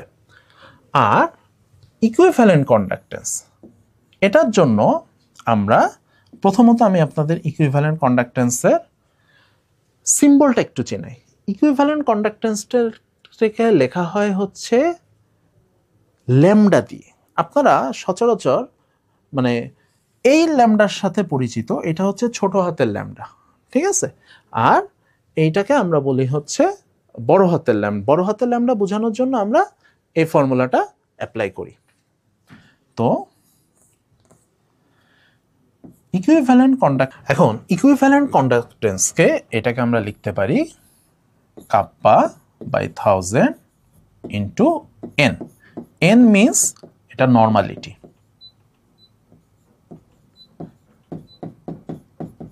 ঠিক আছে। ও আপনাদের যেটা বলতে মনে নেই সেটা হচ্ছে স্পেসিফিক কন্ডাক্টেন্স, এটাকে মেইনলি কাপ্পা দিয়ে ডিনোট করা হয়, ঠিক আছে। এই যে সিম্বলটা একটু কে এর মতো, এটাকে আমরা মূলত বলি কাপ্পা। তাহলে আমাদের দুই ধরনের কন্ডাক্টেন্স থাকবে, একটা স্পেসিফিক, একটা ইকুইভ্যালেন্ট। ইকুইভ্যালেন্ট কন্ডাক্টেন্স হলে সেক্ষেত্রে আপনাকে ওরা নর্মালিটির ভ্যালু বলে দিবে, আর ইকুইভ্যালেন্ট কন্ডাক্টেন্স এটাকে আমরা ডিনোট করি ল্যামডা দিয়ে। আর যদি স্পেসিফিক কন্ডাক্টেন্স হয় তাহলে ওটাকে আমরা কাপ্পা দিয়ে ডিনোট করব। আর কোনো কারণে যদি আমার এখানে মোলারিটি দেওয়া থাকে তাহলে আমার এখানে আরেক ধরনের কন্ডাক্টেন্স আছে, সেটা হচ্ছে মোলার কন্ডাক্টেন্স বলে। সেটার ক্ষেত্রে জাস্ট আপনার এই এন এর পরিবর্তে সি ইউজ হবে, ঠিক আছে। মোলার কন্ডাক্টেন্সে আমার নর্মালিটির জায়গায় এই সিটা অ্যাকচুয়ালি মোলারিটি, অর্থাৎ নর্মালিটির জায়গায় মোলারিটি ইউজ করতে পারি আমরা, সেক্ষেত্রে এটাকে আমরা ইকুইভ্যালেন্ট কন্ডাক্টেন্স না বলে মোলার কন্ডাক্টেন্স বলতে পারি। ওকে, এই কন্ডাক্টেন্সের সাথে রিলেটেড আমাদের একটা রুল আছে, সেটা হচ্ছে কোলরস ল বলি আমরা। এটা হচ্ছে যখন একটা ইলেকট্রোলাইট ইনফাইনাইট ডিলিউশন, এটাকে আমরা বাংলায় বলি অসীম লঘুতা, ঠিক আছে। একটা ইলেকট্রোলাইট যখন অসীম লঘুতায় পৌঁছায় যায় তখন তার প্রত্যেকটা যে আয়ন থাকবে সেই প্রত্যেকটা আয়নের ইন্ডিভিজুয়াল কনসেন্ট্রেশনের যোগফল দিয়ে আমরা তার মোলার কন্ডাক্টিভিটিকে প্রকাশ করতে পারবো, ঠিক আছে। চলে আসা যাক আমাদের আরেকটা গুরুত্বপূর্ণ যেটা, সেটা হচ্ছে ফ্যারাডেজ ল। আমরা জানি, মেবি এটা আমরা সবাই পড়ে আসছি, যে ফ্যারাডের দুইটা ল আছে, একটা ফার্স্ট ল, একটা সেকেন্ড ল। এখানে মূলত আমরা যেটা ব্যাখ্যা করছি সেটা হচ্ছে ফার্স্ট ল। সেকেন্ড লটা ইজিলি ফার্স্ট ল থেকে ডিরাইভ করা যায় বিধায় আমি আর এখানে সেকেন্ড লকে আনিনি। আমরা ফার্স্ট লতে যেটা জানি, এই ডাব্লুটা কিন্তু বেসিক্যালি ম্যাস বা অ্যামাউন্ট, এটা হচ্ছে সেই ম্যাসটাকে বোঝাচ্ছে যেটা কোন একটা ইলেকট্রোড আইদার অ্যানোড অর ক্যাথোডে যেটা ডিপোজিট হচ্ছে। জেড, এটাকে আমরা বাংলায় বলি তড়িৎ রাসায়নিক তুল্যাঙ্ক, ইলেকট্রোকেমিক্যাল ইকুইভ্যালেন্স, ঠিক আছে। বাংলায় এটা তড়িৎ রাসায়নিক তুল্যাঙ্ক বলে পরিচিত। আই এটা হচ্ছে কারেন্ট, টি এটা হচ্ছে টাইম। ওকে, তাহলে মূলত এই ফর্মুলাটাকে আমরা ফ্যারাডের ফার্স্ট ল হিসেবে চিনি। এই ফর্মুলাটার কাজ হচ্ছে যে যে সাবস্টেন্সটা আপনার অ্যানোডে বা ক্যাথোডে ডিপোজিট হচ্ছে সেটার অ্যামাউন্টটা বের করা।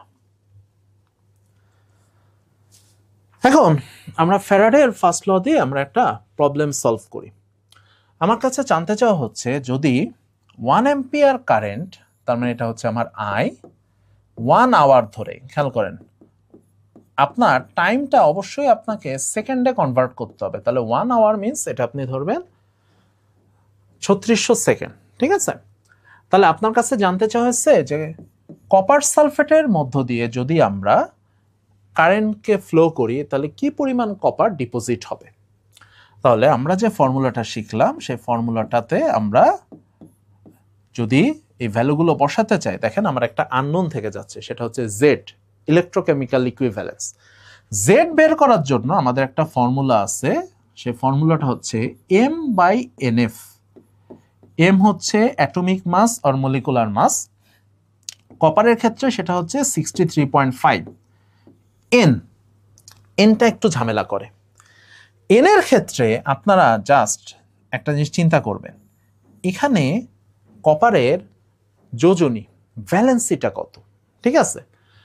খেয়াল করেন সালফেটের ভ্যালেন্সি 2, তার মানে এখানে কপারের ভ্যালেন্সি 2। তাহলে আপনি এই ইলেকট্রোলাইটটার দিকে তাকালেই আপনি এন এর ভ্যালুটা পেয়ে যাবেন। তাহলে এখানে আমি এন এর ভ্যালু পাচ্ছি 2, এফ এর ভ্যালুটা আমরা সবাই মুখস্থ রাখবো 96500। এটা ক্যালকুলেটর ছাড়া করাটা ডিফিকাল্ট। আমার মানগুলো যদি রাউন্ডিং করে দেয়, অর্থাৎ ধরেন আই এর ভ্যালু যদি আমার এখানে 1 অ্যাম্পিয়ার না দিয়ে এটা বা টাইমটা যদি আমার 3600 না হয়ে 9650 এরকম একটা টাইম দিত, তাহলে এটা আমি উইদাউট ক্যালকুলেটর করতে পারতাম। তো জাস্ট আমার এখন এই মানগুলো এই ফর্মুলাতে বসাইলে আমি ডাব্লিউ এর ভ্যালুটা পেয়ে যাব। ঠিক আছে, যদি কখনো আপনার এই ধরনের ম্যাথ যদি আসে তাহলে উইদাউট ক্যালকুলেটর অবশ্যই এটা আপনাকে রাউন্ডিং করে দেওয়া হবে। চলে আসি আমাদের আজকের ক্লাসের লাস্ট টপিকে।